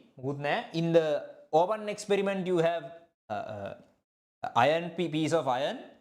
With time, we can see nothing happens here. Water can't enter because this is entirely filled with gases. But here you will see water enters. And around 1/5 is filled. That means this was completely filled with gas, but somehow 1/5 was finished. That's why water entered. That means 1/5 of the gas volume has been used for something. And then you can see this is rusted also. That means we can conclude iron got rusted using oxygen. Since 1/5 of the total atmospheric volume is oxygen, there is a 1/5 space created now. That's what happened. Does that make sense? Do you understand? Is that clear? That's not very difficult to understand. It's very easy, right? Okay, that's the next experiment. Therefore, we can conclude that oxygen is the gas we need. Now, in the first experiment, we understood that we need air. And in the next experiment, we are understanding that air is oxygen. But it's not anything special, it's just oxygen. Hari?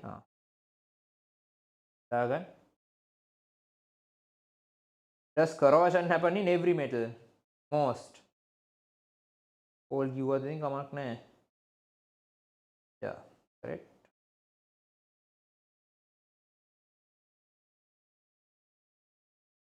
Right. If you want to write anything, you can. I'm not giving a note because you have it already in your textbook. Sorry, but I just explained.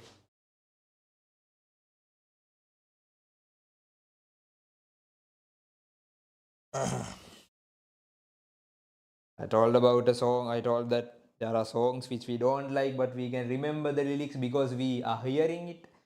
I make the chuttak song. Can agree. Sorry.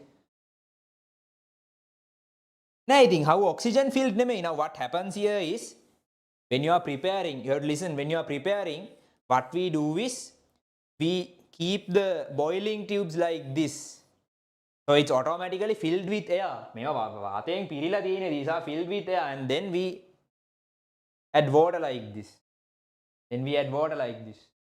So this is anyways filled with air, atmospheric air, not only oxygen.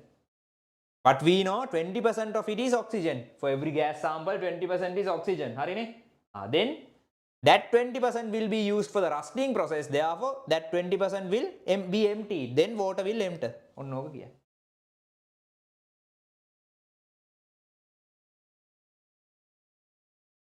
Why does water? In the other one, water can't enter because nothing happened. There wasn't anything happening here, so all the gas will remain. So this is completely filled with gas, so water can't enter. Okay.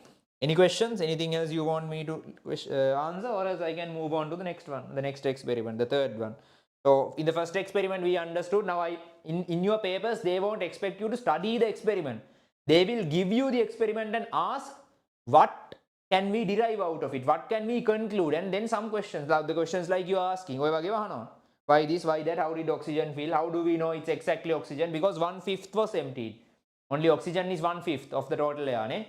Then why doesn't water enter here? Because it's completely filled with gas. What is the conclusion? In the first experiment, air is required. Air is necessary for rusting. The second one, that air is oxygen. Right. Then,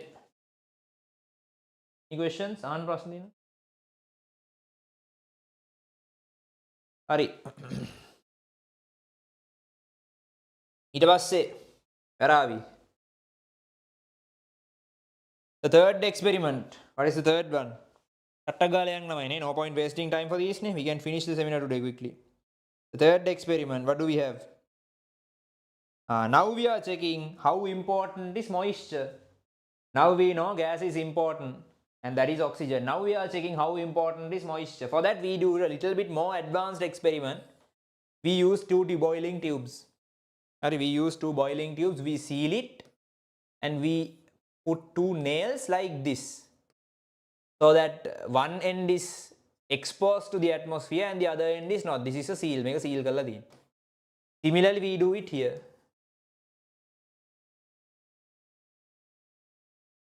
Like this. Similarly, we do it here. Then what happens?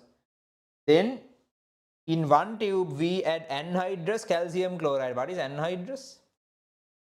Anhydrous calcium chloride. Anhydrous means water is removed. ඔක සිංහල වචනේ නිර්ජලීය කියන එක. වතුර නැහැ කියන එක. Anhydrous calcium chloride.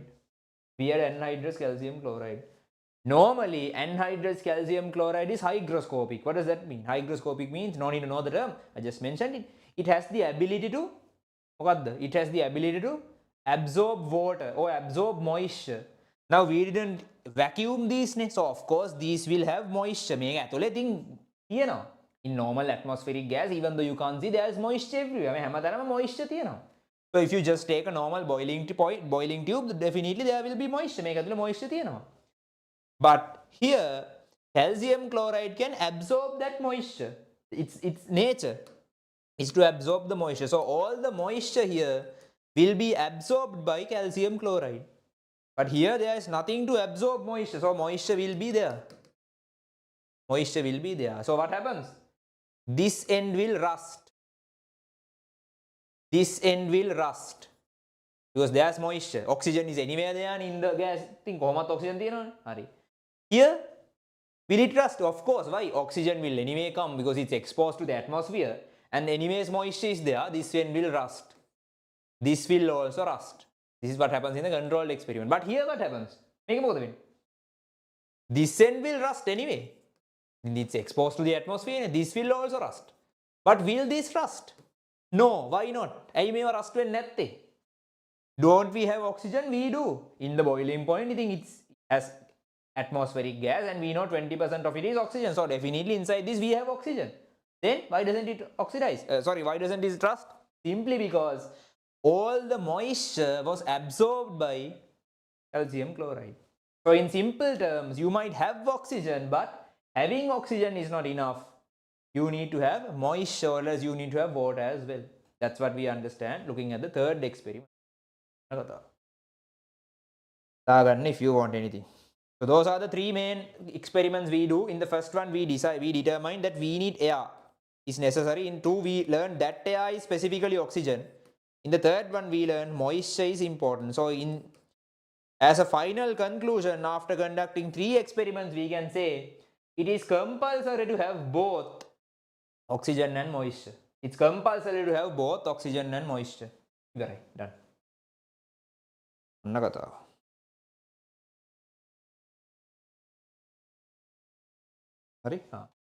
Any questions? Ask.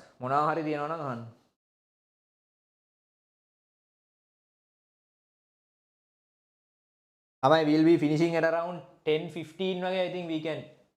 Around 45 minutes. So I want you to focus well.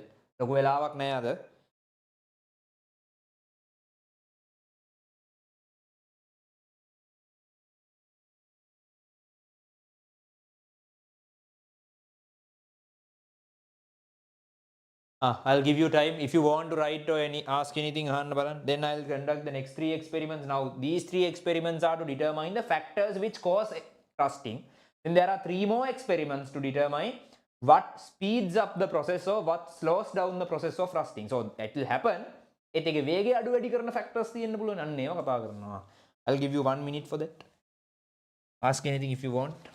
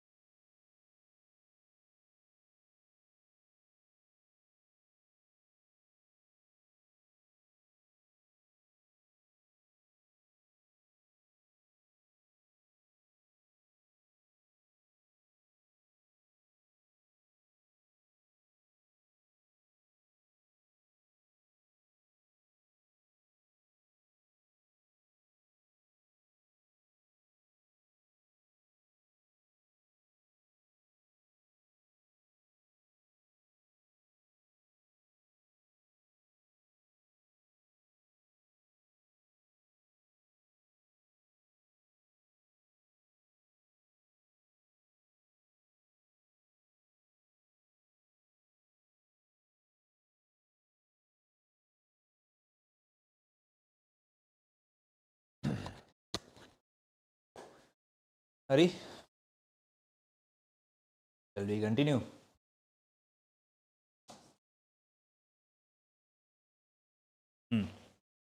YouTube live is still going down. Okay. Right. 3 more experiments. 45 minutes වගේ යන්නේ. So focus. පොඩි වෙලාවක් තියෙන්නේ තවද. පොඩි seminar එකක්.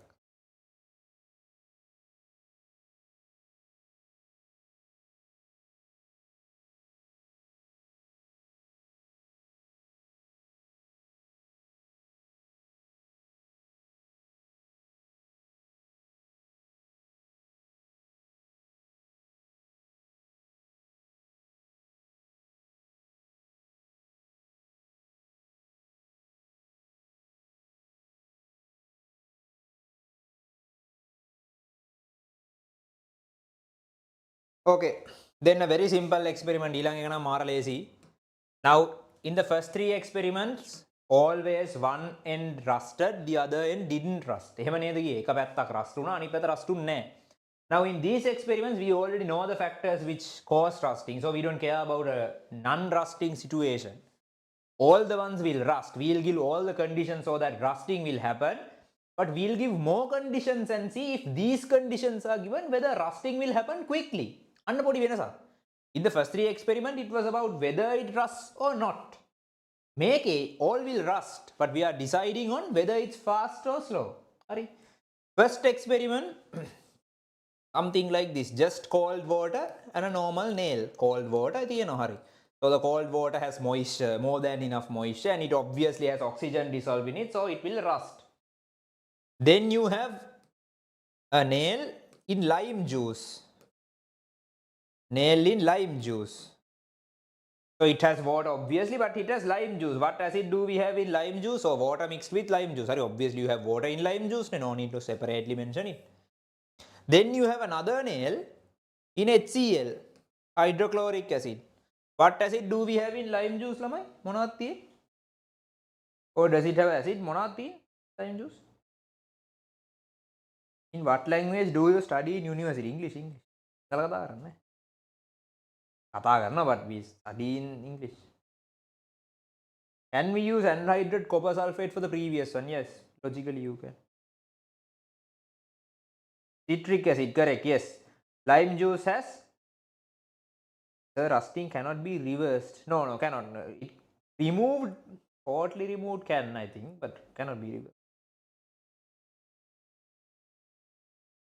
In this experiment is oxygen present. In the previous one, yeah. Make it, if you are referring to this one, yes, may. Oxygen is there anyways here, it's filled with gas, yeah, of course. Here, what does citric acid, sorry, what does lime water have? Yeah, citric acid, not nitric, citric. Sorry, citric acid. Citric acid. Citric acid. You have citric acid. You have citric acid here in lime juice. Sorry. So what are these? Acids? Acids. Nothing. Now will this rust? Now that can be asked as a trick question. Some of you, when they give this experiment and ask whether this rust, say no. No, it rust. Why? It has oxygen dissolved in the cold water, and it of course has moisture. Water, this will rust. Will this rust? Yes, it has oxygen dissolved, it has water. HCl, I think HCl is a solution, right? HCl means HCl dissolved in water. Anyway, they will tell as a HCl solution which contains water, definitely. So you have water, you have oxygen dissolved, till it will rust. So all three will rust. This will rust. This will rust. This can be asked as a question. What acid does it contain? The lime juice, it's citric acid, rust. Sorry, but these two, since these contained acids, rusted faster. Ikmanda rustuna. Quick. I'll put a Q. These two rusted faster. So in the fourth experiment, we can decide having acids will, or else having an atmosphere with acidic nature, or else connecting with acids will increase the speed of rusting. So if a nail is kept near acidic environment or near an acid or dissolved in an acid, the rusting will happen even quickly. That's the fourth experiment. So we learn that rusting won't happen by acids. If someone says rusting happens because of acids, that's wrong. Rusting won't happen because of acid. Rusting happens because of moisture and oxygen. But the rate of rusting can be increased in an environment where rusting happens. That can be increased by acid. So if someone says rusting happened because of acids, that's wrong. That's a trick question. If you only have acids without oxygen, then it won't happen. It won't rust. Acids without you need to have oxygen and moisture. When rusting happens, you can increase the rate by adding acids. Right? That's what they are saying. Right. So that's the third one. Sorry, the fourth experiment. So since we learned about acids, now we are moving on to another one. Another factor we are going to learn.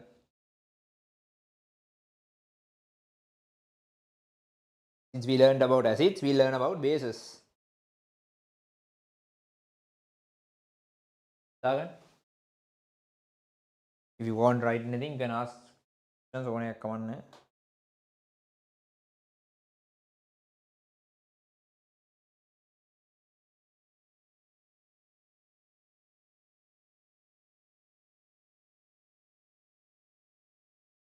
on.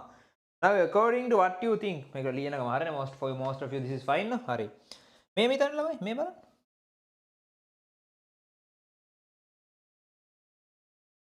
think of this, think about this.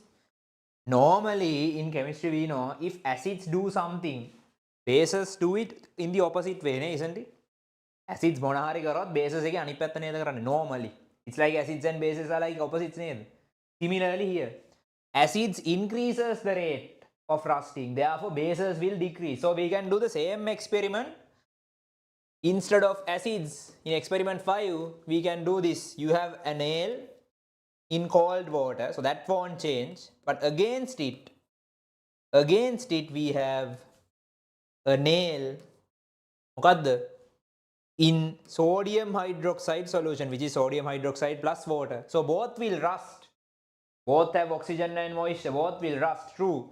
But now this rusting happens slowly compared to the normal one.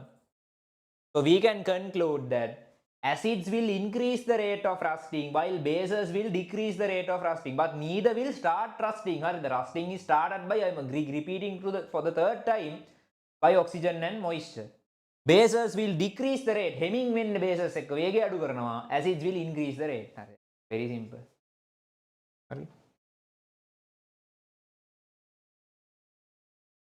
Is it rusting naturally rust? Yeah, the similar response. What do you mean? Exactly. I didn't understand the question. Yeah, with acids it will increase and with bases it will decrease. All of these are on your textbook. I'm just explaining these. These are nothing difficult to understand. Does it accelerate more when the acid strength increases? Yes, yeah, you can say so. When the acid is more stronger, the rusting becomes faster. Yes. Generally, we can say that. Similarly, we can say when the base is more stronger, the rate decreases more. That's also correct.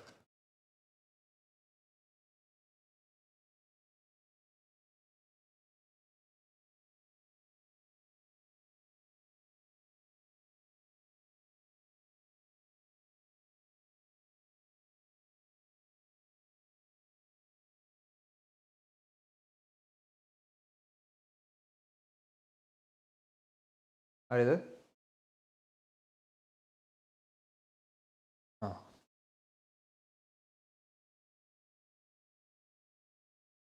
So as acid have H plus ions, therefore it, yeah. What is it? Fifth experiment. Then what do we have after acids and bases? What's the next term we talk about after acids and bases?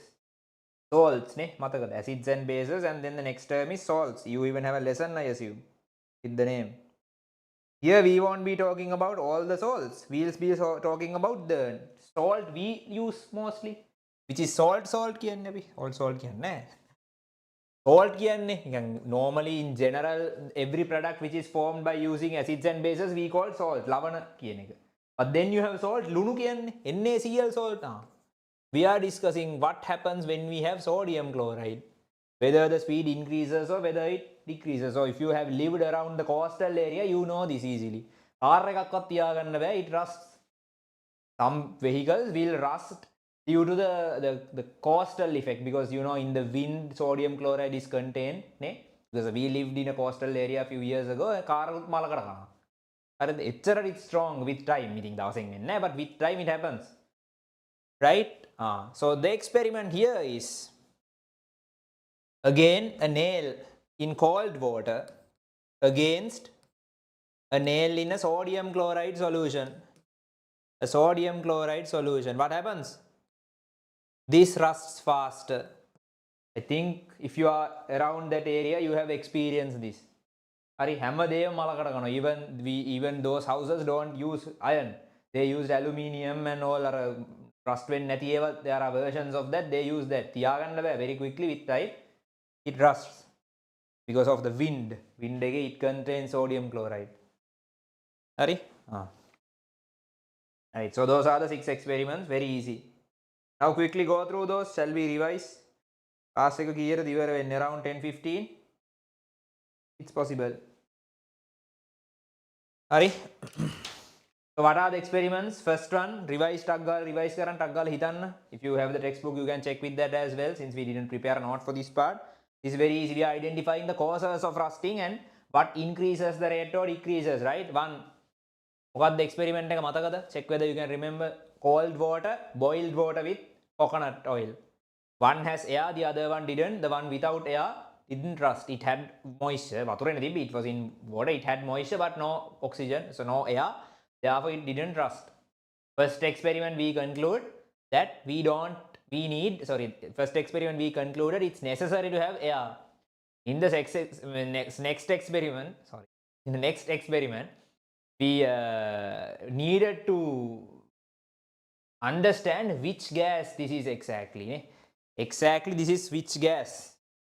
For that, we conducted another experiment. In that, what's the experiment? The next experiment. I think I am tired now. Hari.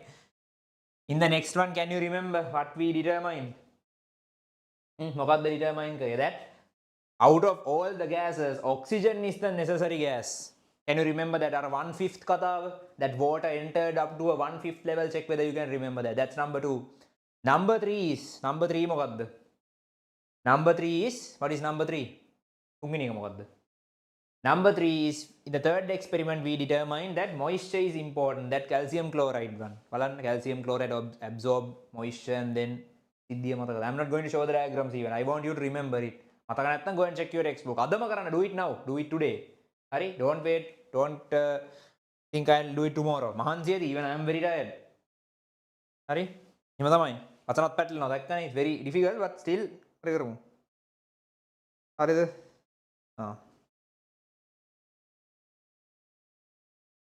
Then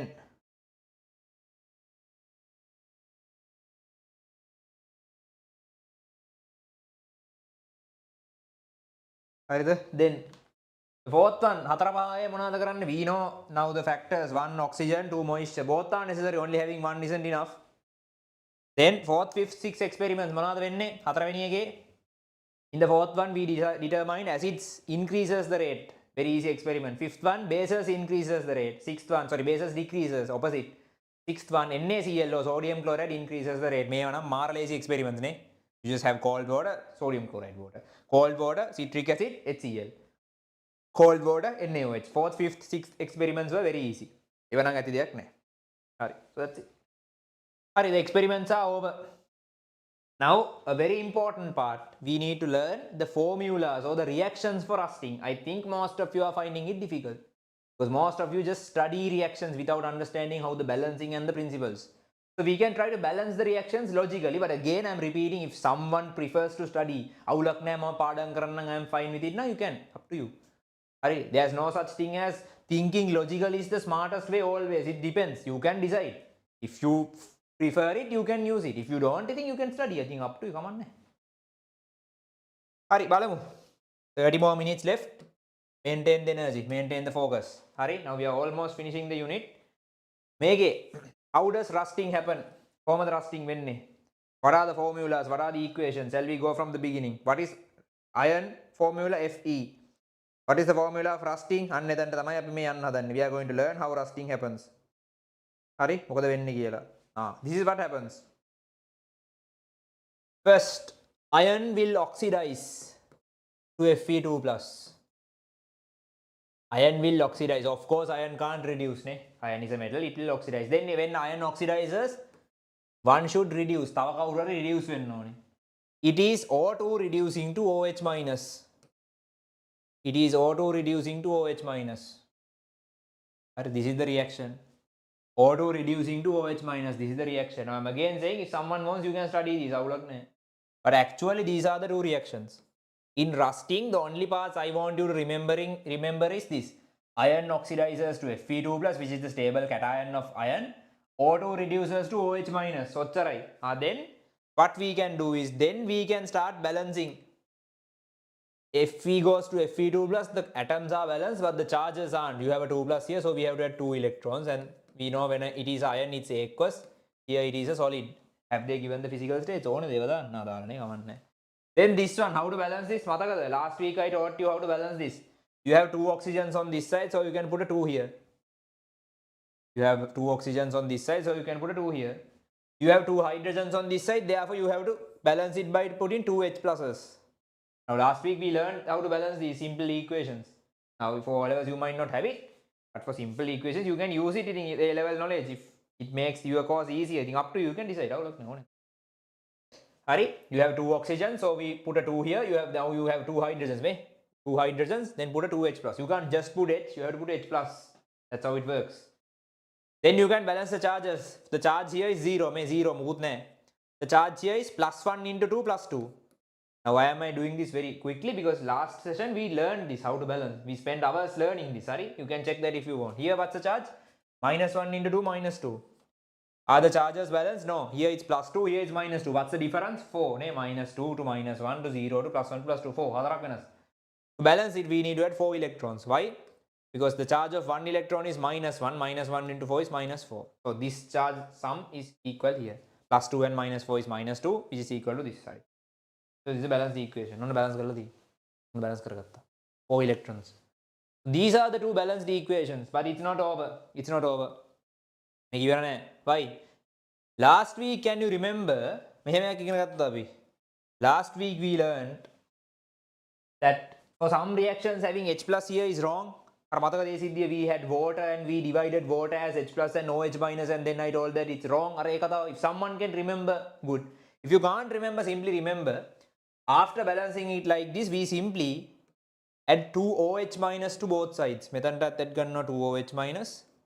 Methantat that ganna 2 OH minus. You can't do one thing only, or you can't do a thing to only one side. You have to do it to both sides. Now this equation is balanced. May make a balance right? Just you want understand why for the moment. We just add 2 OH minuses. Then what happens? All of you know, if you were there for the last week, 4E. What is this? 2H plus and 2 OH minus will give you 2 water. Oxygen will give you O2. This will give you 4 OH minus. Now for some of you, remembering this might be easier. Up to you. This is the final equation. For me, when I was doing O levels, what I did was, what I would do if I knew the theory, I didn't know this, I would simply learn how to balance this. Sorry, OH minus.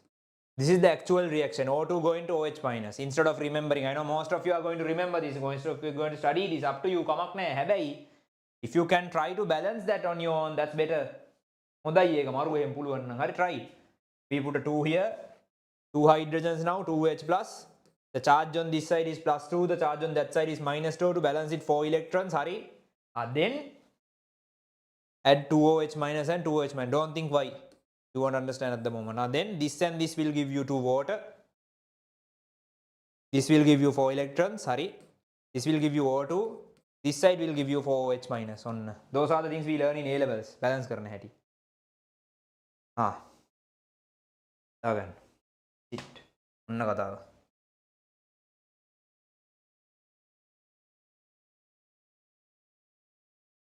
Hurry. So, how are we going to prepare? If you want, you can write the reactions, but all of these are even in your resource book, so the textbook. You can write procedure of rusting or equations or the reactions of rusting as a topic, a small topic. And then shall we start from the beginning? Hurry. Equation, reactions of rusting, reactions of rusting.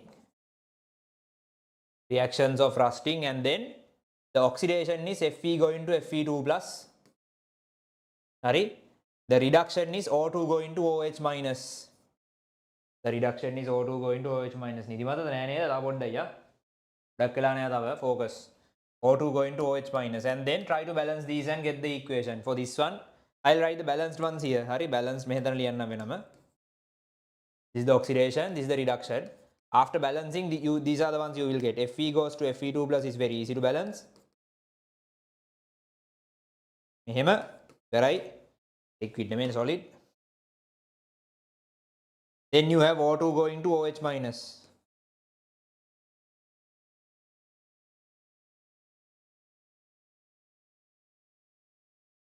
Then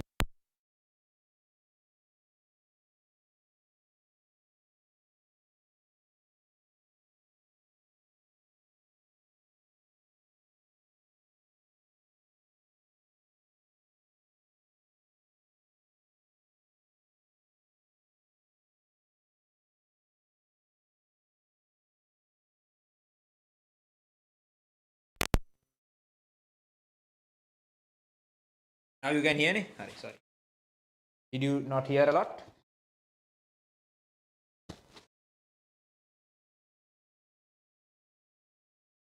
You can hear neither. You can write? Okay. Sorry, you didn't miss anything, ne? Shape එක ඇහුණා නේද? ප්‍රශ්නයක් උන්නේ නැහැ නේ? Okay. Cold water is used because then it will have more gases dissolved, that's why. It's easier for the rusting process. Sorry.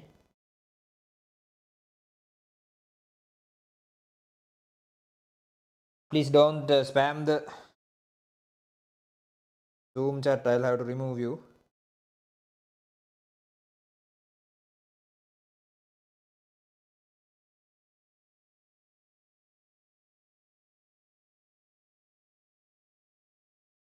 වැඩක් කරද්දී ඒවා ඉන්න දන්නේ නැති ළමයි ඉන්නවා. දැන් ළමයිද දන්නෙත් නැහැ.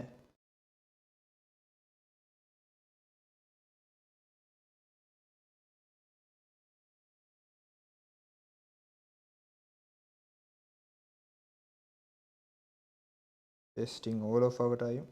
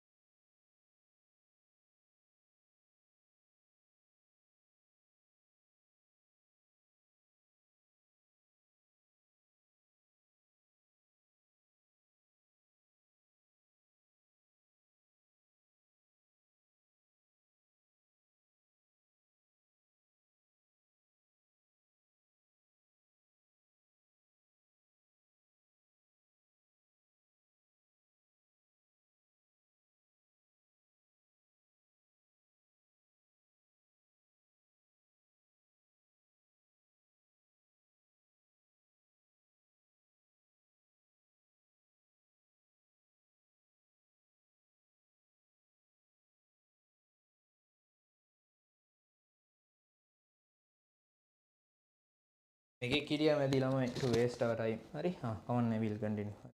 හරිනේ. Okay. Then හරි, these are the balanced equations. හරි. I don't think you need to write anything. If you want from this part, the only thing I can give you other than what's on your textbook is the way to balance. So you can start from here and try to balance it without studying. පොඩි try එකක් දෙන්න ඕන. Good for you. හරි, පුළුවන් නම් කොහොමදයි ඉතින් ඔයාලට. Right. And then they have showed how to add these equations very easy. When you have two half reactions, we call these half reactions. This is the oxidation and this is the reduction. We can add these in a way that the electrons are cancelled. නිකන් add කරොත් පුළුවන් ද නෑනේ. මෙතන 4 electrons, 2 electrons. Electrons won't cancel out. So the amount of electrons on this side should be equal to the electrons on this side. What we do is, we normally don't divide the equations, we multiply. Alright, so we can multiply this entire equation by 2, making this 4 electrons. Then you can add. That's what they have done in your textbook if you couldn't understand. So the first equation needs to be මේ දෙක ලියා ගන්න. And then I'm teaching you how this is done. Hurry, in your textbook mostly it's just given. I'll teach you how that happens. Make a multiply කරන්න දෙකෙන් this one. Then you will get 2Fe goes to 2Fe2 plus 4 electrons. This one. Mega, and then this one is just this. Now I haven't written the physical states. You can include those. Goes to 4H minus. 4H minus. And now you can add these so that you would get another 2Fe, 2H2O, O2 goes to Fe2 plus, sorry, 2Fe2 plus 4H minus. Can you see? You know already?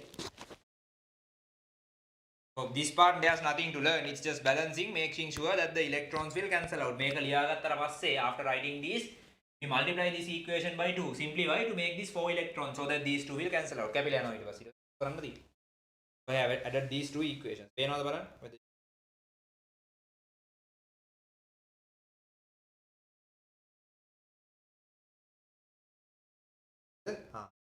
Then in your textbook what they have done is, මෙන්න මේ part එක they have combined this part and written it as ferrous hydroxide. So you have 2 Fe's and 4 OH minuses, therefore 2. So finally we have got a product like this. So in this part what has happened actually, oxygen and water has produced a product like this. These two have reduced, sorry, actually oxygen has reduced here. You can see oxygen has reduced, oxidizing Fe up to a certain point, but it's not over. Now this can be one part which is difficult for you, most of you. What you can do is, my recommendation is, ikaparak meka balala, try to write it on your own. Go through it once and try to write it. එකපාරක් තනියෙන් ලියන්න without checking. Don't just go through it and see, okay, I can remember. එහෙම එපා. Write it. Then you will understand the flaws. Then you will understand what you are missing. හරි? The final step, what happens is when this ferrous hydroxide, now here what's the oxidation state of Fe? It's 2 plus. It gets further oxidized with oxygen. තව පොඩ්ඩක් යනවා Fe3 plus වලටම යනවා. Goes to Fe3 plus. Goes to Fe3 plus and forms something like now this one you will have to remember. No point trying to explain this too much. I can, but no need to. This step, remember. The final step we'll try to remember. This is the formula of rust. You can see it's a solid. It might contain a certain amount of water, but that doesn't prevent it from being a solid. It's a solid. Make a solid deka. This is what we get. Balance? Balance? It's 4, sorry. So only this one, remember. Make vidarak mataka tiyagan. This one, you'll remember. Make a remember. Other ones you can derive. I taught you if you don't want to remember method to get these. But then you need to be very careful and balance it clearly. Parissamata balance karanna puluwan nan you can start with this and this. Sorry, yeah. You can start with this and this and get up to this point. Methandana kamma enna puluwan without studying a single thing.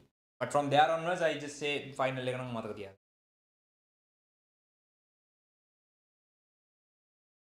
හරි. ඒත් ඉවරයි. තේරුන්නේ නැත්තේ. What did you? You're saying that you didn't understand. Tell me what you.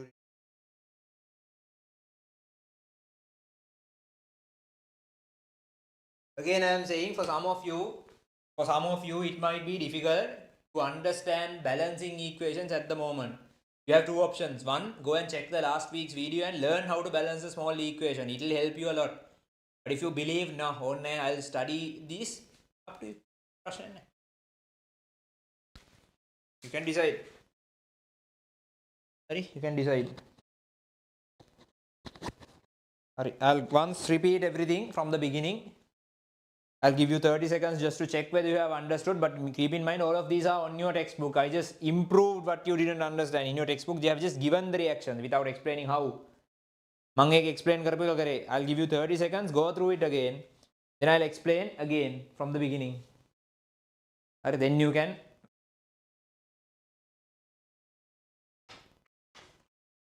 Try.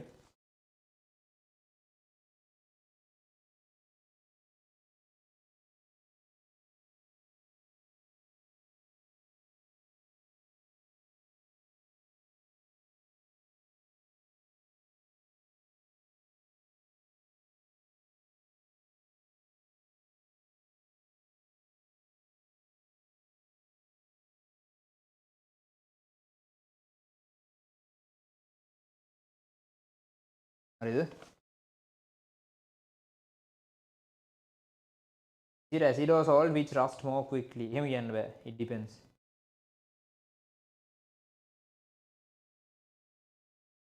Courage. Yeah,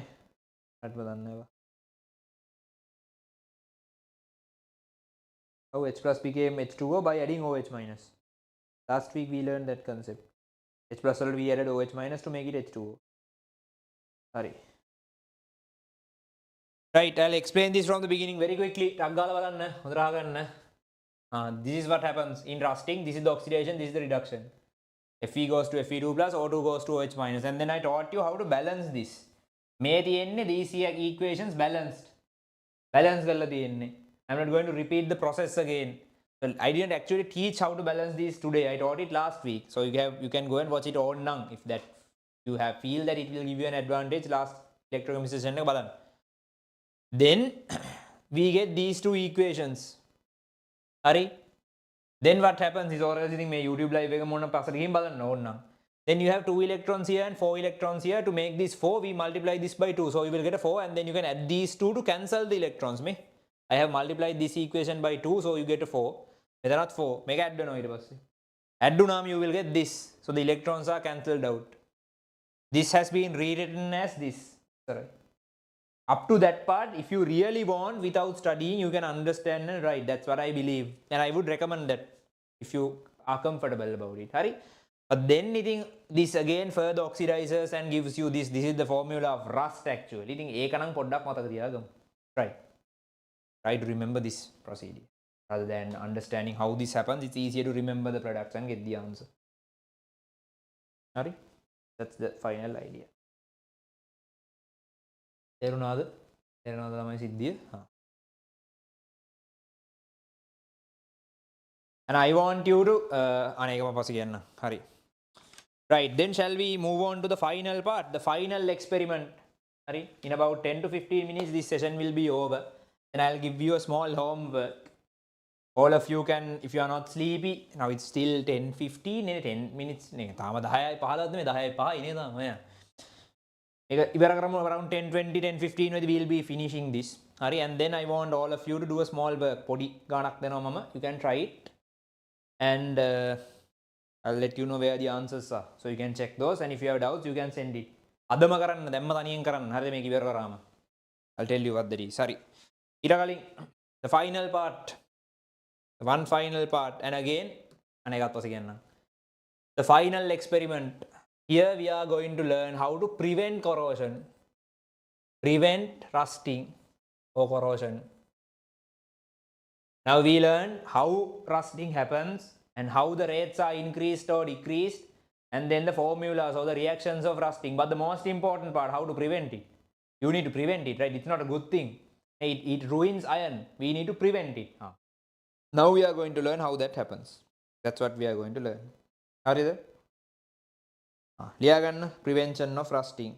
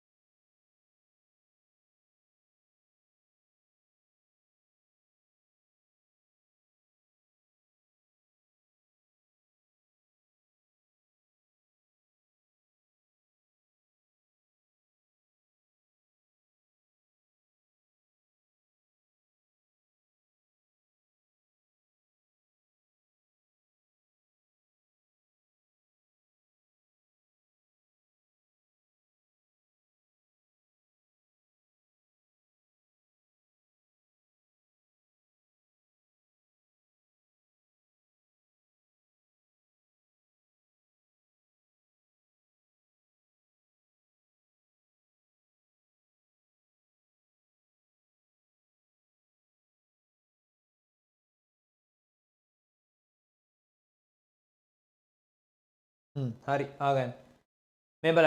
We are doing something like this in this rusting experiment. This is our focus. This is, I think, a very commonly questioned part.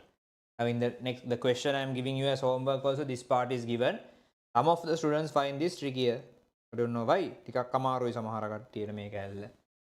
Shall we check what this is? බලමුද මේක වෙන හැටි? අහගන්න. This is how rusting happens. Sorry, the rusting can be prevented. For this, we are conducting an experiment. For that, we take a petri dash. නේද ඒකට කියන්නේ? ඒකට කියන්නේ use different terms in different exams. Yeah, petri dash. Sorry, yeah, sure. And then you add a little bit of petri දීසියක් කියන්නේ like a small container. A small plate එකක් small මේ වගේ petri දීසියක් කියන අන්නනේ. I don't know how to explain. Petri dash තමයි name එක. You can Google it if you can't imagine what that is like. Hari?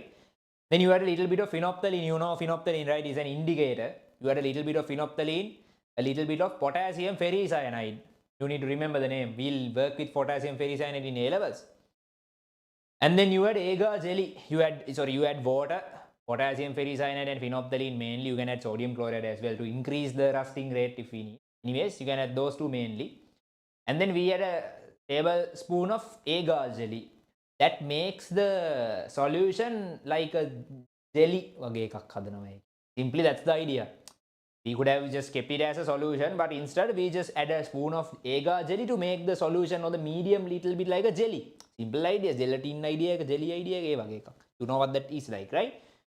We prepare 5 petri dashes like that, and this is what we do. So all of the dashes will have, I'll draw it like circles.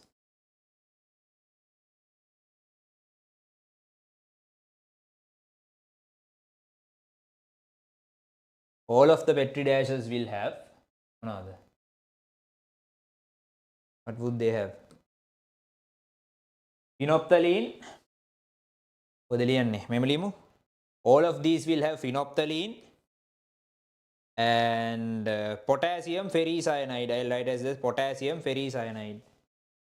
And before we start, we need to know why are these two significant. Before we start, we need to know. Again, all of this is in your textbook, but without a lot of explanation. I'm trying to explain it. Hari? So we are not writing anything that much. ලියා ගන්න ලොකුවට ඕනේ අපිට මේක shape එකේ. idea එක ආව නම් ඇති. හරිද? Yeah, good. A small glass plate ඒ වගේ තමයි හන්නේ. හරි? Phenolphthalein shows pink color when the medium is basic, or in simple terms, if we have OH minus, phenolphthalein shows pink color. Potassium ferricyanide shows blue color when we have Fe3 plus. Sorry, potassium ferricyanide shows blue color when we have, sorry, Fe2 plus, sorry, not 3 plus, Fe2 plus. Sorry. In the process, if you can remember, when iron is produced, when iron is produced, you get Fe2 plus here. Sorry, not iron, rust. In the process of producing rust, if you get you get Fe2 plus. That will show a blue color against potassium ferricyanide. So if a blue color wasn't shown in a certain petri dash, that means rusting didn't occur. Does that make sense? If a pink color wasn't shown, that means OH minus didn't occur. Now we'll try to see what are the differences in these experiments. See, you just need to understand the logic. No need to study from every petri dash to dash. In the first one, we have a nail, just a nail. We just have an iron nail. Iron nail. You just have iron nail, and remember, all of these ions will get oxygen, of course, from the atmosphere. And then it contains water.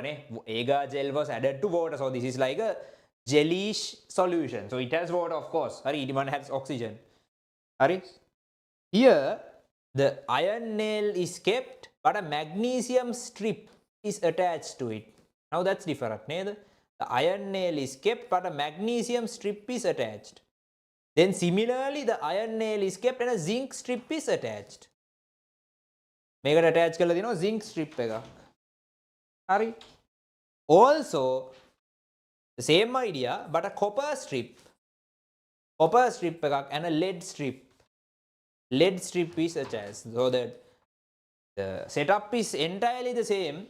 All of these petri dashes will have phenolphthalein, which gives pink color against OH minus, potassium ferricyanide, which gives blue color against Fe2 plus, and a metal iron, which is going to rust by, not a metal iron, iron nail, sorry, which will rust by, because it has oxygen and water. Definitely the conditions are given, but to check whether we can prevent it. So now we have all the conditions which rusting can occur. Conditions if it wants, it can. But now we are trying to reverse it by adding some metals. We are trying to understand what will work and why will it work. Onnokai siddhiya. Okai vede. Hari? Balamu how that is going to work. See whether you can understand the plot before we start explaining the experiment. Make me siddhiya thernaada balan, me kadawa thernaada, oluwata yanaada balan. Then we can start analyzing what happened and why. What happened and why. What happened and why. These are the experiments. After we do this, we found that we can use blue color. In this experiment, you had blue color. Make it blue color. In this experiment, you had blue color. That means what has happened? Fe2 plus has appeared. That means rusting has happened. In this experiment also you had blue color. That means rusting has happened. Here also you got blue color. That means rusting has happened. But here and here you didn't get blue color. That means rusting hasn't happened. So I'll put a tick here. Rusting una. But here rusting une nahe. Then regarding pink color. Pink ko aga mudabi.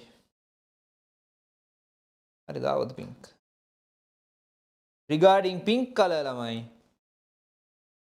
මොකද උනේ here pink color appeared, here pink color appeared, and here pink color appeared. හරිද? Also ආයේ for the first time on the nail here and here, I'm comparing with these two, pink color appeared. ඔච්චරයි උනේ. And we didn't see any blue color here. On observations ටික. Now here's how we are going to read this. මේක read කරන හැටි කිව්වම it's very easy. හරි? You can read this, so it's very easy. කියවන්නේ කොහොමද මේක? මේක තේරුම් ගන්නේ කොහොමද? මේ බලන්න. What happened was, now quickly shall you quickly go and look what happens in the rusting process in the equations. මේ බලන්න. Here මේ බලන්න. If rusting happens. Now this is if rusting happens. If rusting happens, if rusting happens. Now focus, you might be tired, but in very short time we'll finish this. If rusting happens, Fe oxidizes giving Fe2 plus, which will show blue color against potassium ferricyanide. So if you saw a blue color observation, that means rusting has happened. Hurry. Then this is the anode. Then automatically the other part will be the cathode. In the cathode, OH minus is produced. What happens? Showing pink color against phenolphthalein. So if rusting happens, in the anode Fe2 plus is produced, making it blue color against ferricyanide, potassium ferricyanide.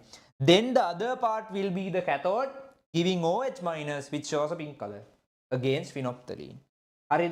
Remember that. Remembering it, shall we try to explain these? Here you only have the iron nail. So entirely the iron nail should act as the cathode and the anode. Both the cathode and the anode here is the iron nail. So here this part is acted as the anode. මෙතන මොකක්ද anode එක? How do we know that? Because Fe has gone to Fe2. Sorry. Opposite වැරදුනා. Actually this is the anode නේද? We'll use a different color. This is the anode, this is the anode. Both of these parts are anode. Why? How do we know? Because you can see a blue color. Why do we see blue color? Because of Fe2 plus. Then Fe has gone to Fe2 plus, making the anode. Making this the anode. Why do we have anode in the nail? Because we only have iron. Make it අනයක් විතර ඇන්ඩීන්. So this should be entirely the anode. This side should be the cathode. දෙකම anode දෙකයි cathode දෙකම ඇනය. The nail, right? Then this part has become the cathode. This part has become the cathode. How do we know that? Because of the pink color. Why? Pink color is because of OH minus. Pink color is because of OH minus. We know OH minus is produced in the cathode. Do we know that OH minus is produced in the cathode? Yes, me. OH minus is the reduction. Where does the reduction happen? In the cathode. See, I'm trying to logically align everything. Now, if this is a little bit too much for you, go back in the YouTube live and try to listen again. හද්දි ඔයාලට මේක set වෙනවා. මේක තේරෙන්න ගන්නවා. It's very easy then. හරි. ඔන්න කතාව. Right. Then what about here? What about here? Again we can see blue color.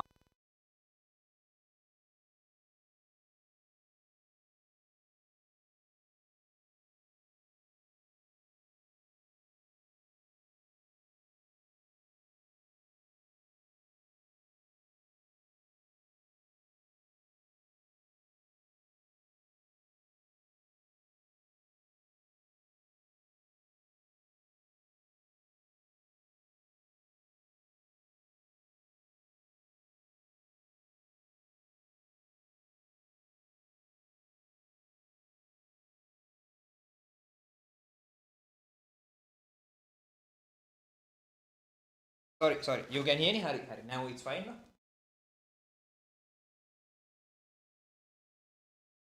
How long did it?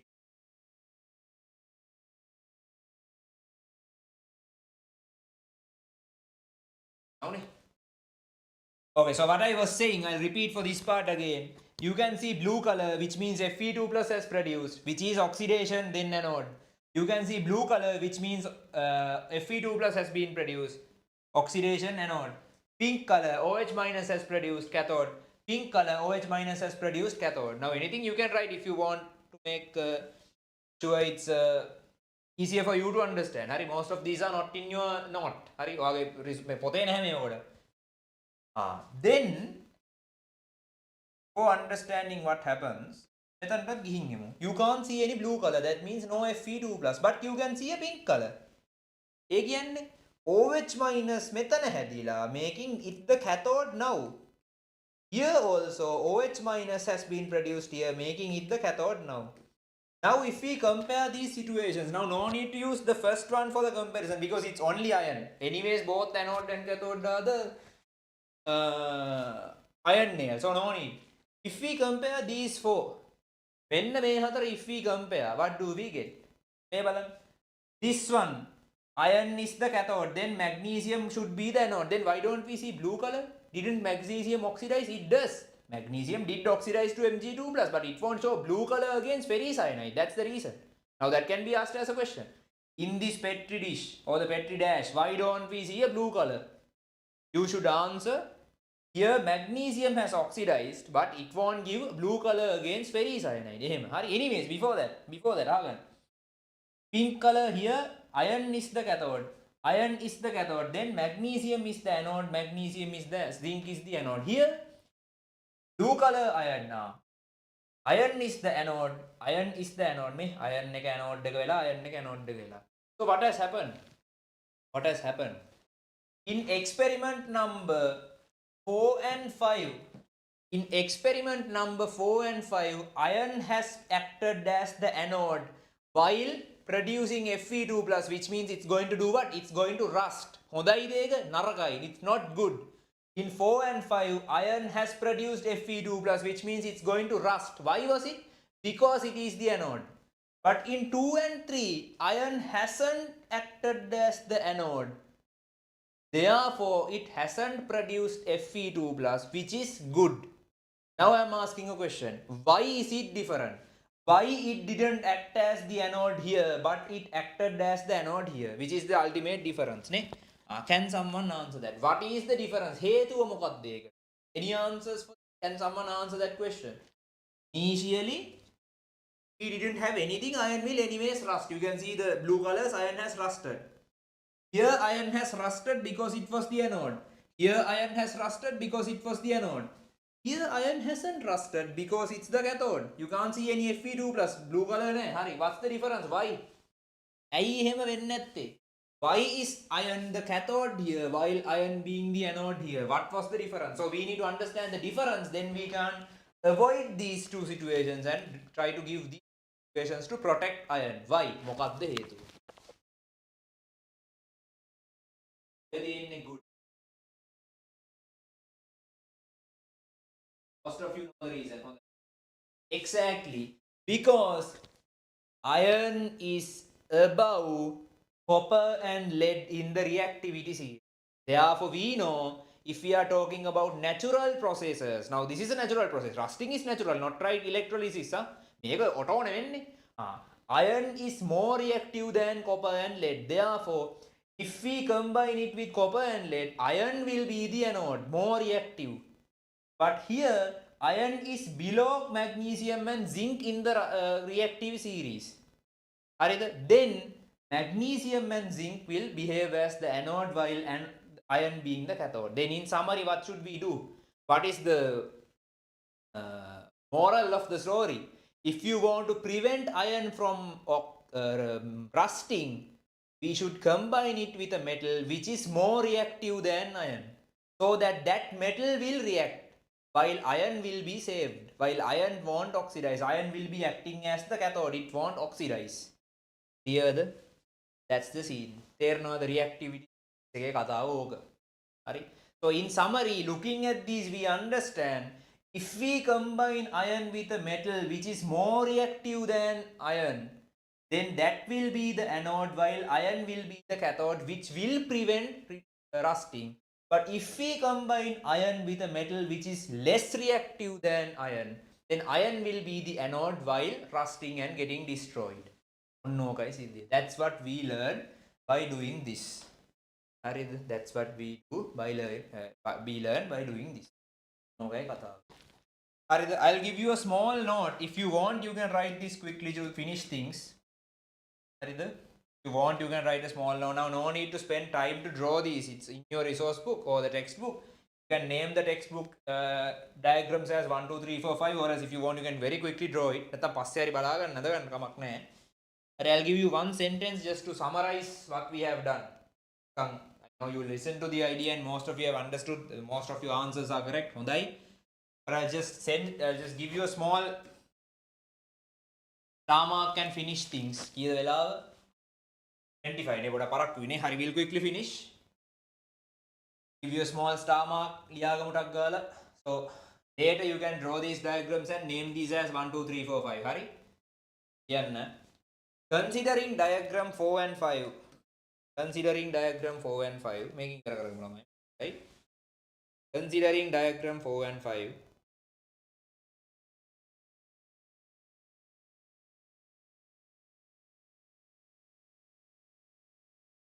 If you want, you can take a photo of this, which explains everything.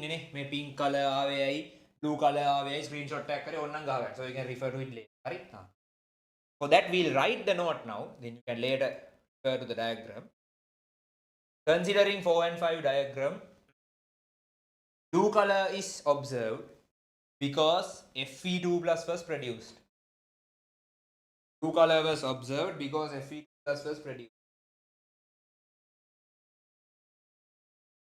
Which means iron acted as the anode. Which means iron acted as the anode. Point number 1. In diagram 4 and 5, blue color was observed because Fe2 plus was formed. Because Fe2 plus was formed. Which means iron acted as the anode. Iron acted as. The reason is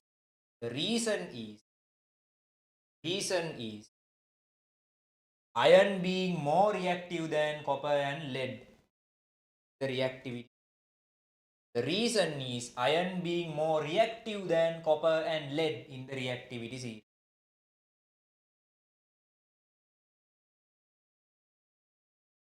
Now try to write the opposite for 2 and 3. Taniyanli and try kara. Reason is iron being more reactive than copper and lead in the reactivity. Try to write the idea for 2 and 3. Considering 2 and 3, Fe2 plus hasn't been produced. And considering 2 and 3, blue color cannot be observed.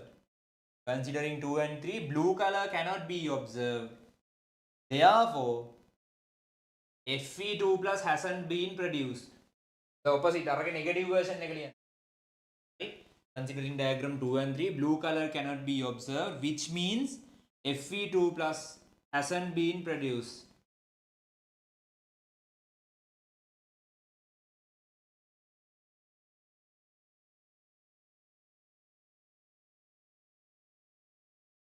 The reason is iron acted as the cathode. The reason is iron acting as the cathode. Cathode means it should reduce always. It is the place where reduction happens. Otherwise, you will ask now, iron, how can iron reduce? No, iron won't reduce. Cathode is the place where reduction happens. It can either reduce itself or it can just give the platform to someone to reduce. That's a confusion. Last week we discussed it. Anyway, the reason is iron acting as the cathode. Reason is iron acting as the cathode. Which is because magnesium and zinc is more reactive than iron in the reactivity series. Which is because magnesium and zinc is more reactive than iron in the reactivity series or the activity series. Okay. So that's the summary of this experiment. This is a very interesting experiment where a lot of questions for O-level has been asked. Where a lot of questions has been asked. Amat 100ක් විතර ඉන්නවනේ දාගෙන. Easy. Happy to see your commitment. I wish all of you to get a good result. හරි. දෙන්නම් මගේ maximum එක I'll give a maximum. ආයි කවද්ද තියෙන්නේ? Wait. Hurry. So is that clear? Any issues තියෙනවා නම් අහන්න, වෙන issues තියෙනවා නම් අහන්න, right? right? then නේද ළමයි තේරෙනව නේද ඔක්කොම? හරි හොඳයි. Then what we can do is, I want you to do the third question on the tube. දැම්ම කරමු. හරිද? Not in the seminar, I'll finish the meeting. But everyone honestly do the third. මහන්සියදී ඕගලන්ට කමක් නැහැ කරමු. හරි, after the session, take about 10 to 15 minutes, and that's the 2023 past paper question, 6B. So you can check your marking scheme and check whether your answers are correct as well. If you have concerns, send it to this number. But when you are sending messages, if you have a question, please send a photo of that question as well. Harida, you will say otherwise this question, this part, then I need to check all the papers and get that question. I don't have that much time now. Harima busy schedule එකක් තියෙන්නේ. Hari, I think today I worked more than got up at 8 වගේ. That's because I worked until 1 or 2 last the morning. Don't do that. එහෙම කරන්න එපා. It's not good. හරිද? කරන්න එපා. මේ but 8 ඉඳන් හැරිලා ඉතින් ඒ වෙලේ ඉඳන් වැඩ තමයි. Yeah. I had classes and other work. So very tired. So I have a very limited amount of time to check your answers. Sorry, I have a very busy schedule these days. Anyways, kamak naha. Send it here, but when you are sending, or send it with a මේකක් එක එවන්න. හරි, this is easier for me. හරි. Send the photo, this is easier for me. හරි. හරි. So that's it. I think we have completely and successfully covered electrochemistry. So how is it? Shape the. Okay, then you just give me a reaction on how it is. Online lamai, YouTube lamai, is it fine? Shape නේ නේද? පොඩ්ඩක් කියන්න බලන්න. Just get an idea on whether we have done a good job. Shape නේ. Okay. YouTube එකේ ළමයි. How is it? Shape the. Thank you. Okay, understood. හොඳයි. Happy to see that. That's the only thing I want from you. You understanding. හොඳයි. හරි. තේරෙනවනේ, right. Nice. Okay. Then the electro. So remember, මේක ඉවර කරන්න. This is a complete question from the parts we did today. අද කරපු ඒවා. ඒකින්ද try to finish this question on the tube. The third question, everything is on the group. So if you are not on the channel or any issues, මොනාම හරි ප්‍රශ්නයක් තියෙනවා නම් send it here. හරිද? මොනාම හරි issue එකක් තියෙනවා නම්. If that number is not responding, හරිද? If in case නිකමට හිතන්නකො the number is not responding කියලා. Once the YouTube live is over, we'll end it, and that video is on our channel. Save those channels and all. In the future, you will want those. හරිද? I mean the YouTube channel. හරිද? ඒකේ put a comment saying that the number is not responsive. මොකක් හරි විදිහකට try to contact us. So then I can involve it, because I am not handling all of those operations, so there can be issues on with our staff. We'll try always to do our best. Issues ne, we are humans, no, but let me know. Okay, එහෙනම් ඔය ගාන හදන්න ළමයි. හරිද? මේ ගාන හදන්න. Make sure you do this question right now. දැම්ම අදම කරන්න. And then ඕනේ ප්‍රශ්නයක් එවන්න මේකට. And from tomorrow onwards or day after tomorrow onwards, the weekly MCQ series will again restart. We'll send a weekly MCQ paper so that it will be revised. Your knowledge will be revised. මතකනේ, we send about 20 papers. හැමදාම 5 MCQs වගේ එවුවන්. We'll continue it from tomorrow or day after tomorrow onwards. Hari, that will be continued. And as of plan, we'll be having a complete past paper discussion to cover the chemistry questions. I'll inform you what day we are having it. So the normal procedure, I'll be sending a voting poll to the group, so vote it, and then we'll see when to have it. That's number one. Number two, if I got few suggestions on to cover these, but to make sure, I'll again send a Google form asking which parts you expect me to cover. Hari? So the ones which are highly expected, I'll try to cover having few more sessions. Hari? So we have time now, we have like few weeks left. In පුළුවන් අනිවාර්යෙන් past paper discussion එකක් කරනවා. We'll cover most of the chemistry questions from the last few past paper years. ඒ ටික මම අනිවාර්යෙන් කරනවා. That's compulsory. That will definitely happen. Regarding what other parts I am covering via a seminar, will be informed on the group. So pay attention to the group. Group එකේ vote කරන්න આવොත්, Google forms આવොත්, fill those and give a small support. 5 minutes වැඩක් නෙච්චර ඉන්නෙත් නෑ. හරි? Even if we don't cover those parts, let's say a certain part doesn't get covered through a separate seminar, I'll prioritize those in the past paper discussion. හිතන්න mixtures නේ, මේ mixtures නම් කරයිනේ. Let's say a small part, මොකක් හරි part එකක් we didn't do as a seminar. Then that part will be definitely prioritized in the past paper discussion. So I'll give my maximum to cover the chemistry part, and Janidu sir will give his maximum to cover the physics part. So it's your responsibility to join the sessions whenever you need, and if you want, watch the lives or use these numbers to ask questions and get it done. කොහොම හරි ඉතින් ඒ එකක් ගමු කියන එකේ ඉන්න and do your best. හරි, you can හරි පුළුවන්, give your maximum. That's the only thing which is important. Then you can see what is the result. ඒකේ result එක ගැන ඉතින් හිතන්න ඕනේ, no need to think about the result, just give your maximum. That's enough. එච්චරයි වෙන්න ඕනේ. හරි, that's it. That's the most important thing. හරි, එහෙනම් I think that's it for today. අද රැදි it's 10:35. We are enough talking. ඇති. Any concerns, any issues, send it, or else I'll send the YouTube link. Just give your feedback on that as a comment. And that's it. Thank you for joining. Good night. Bye bye. See you. I'll end the meeting. Bye bye. See you. Okay.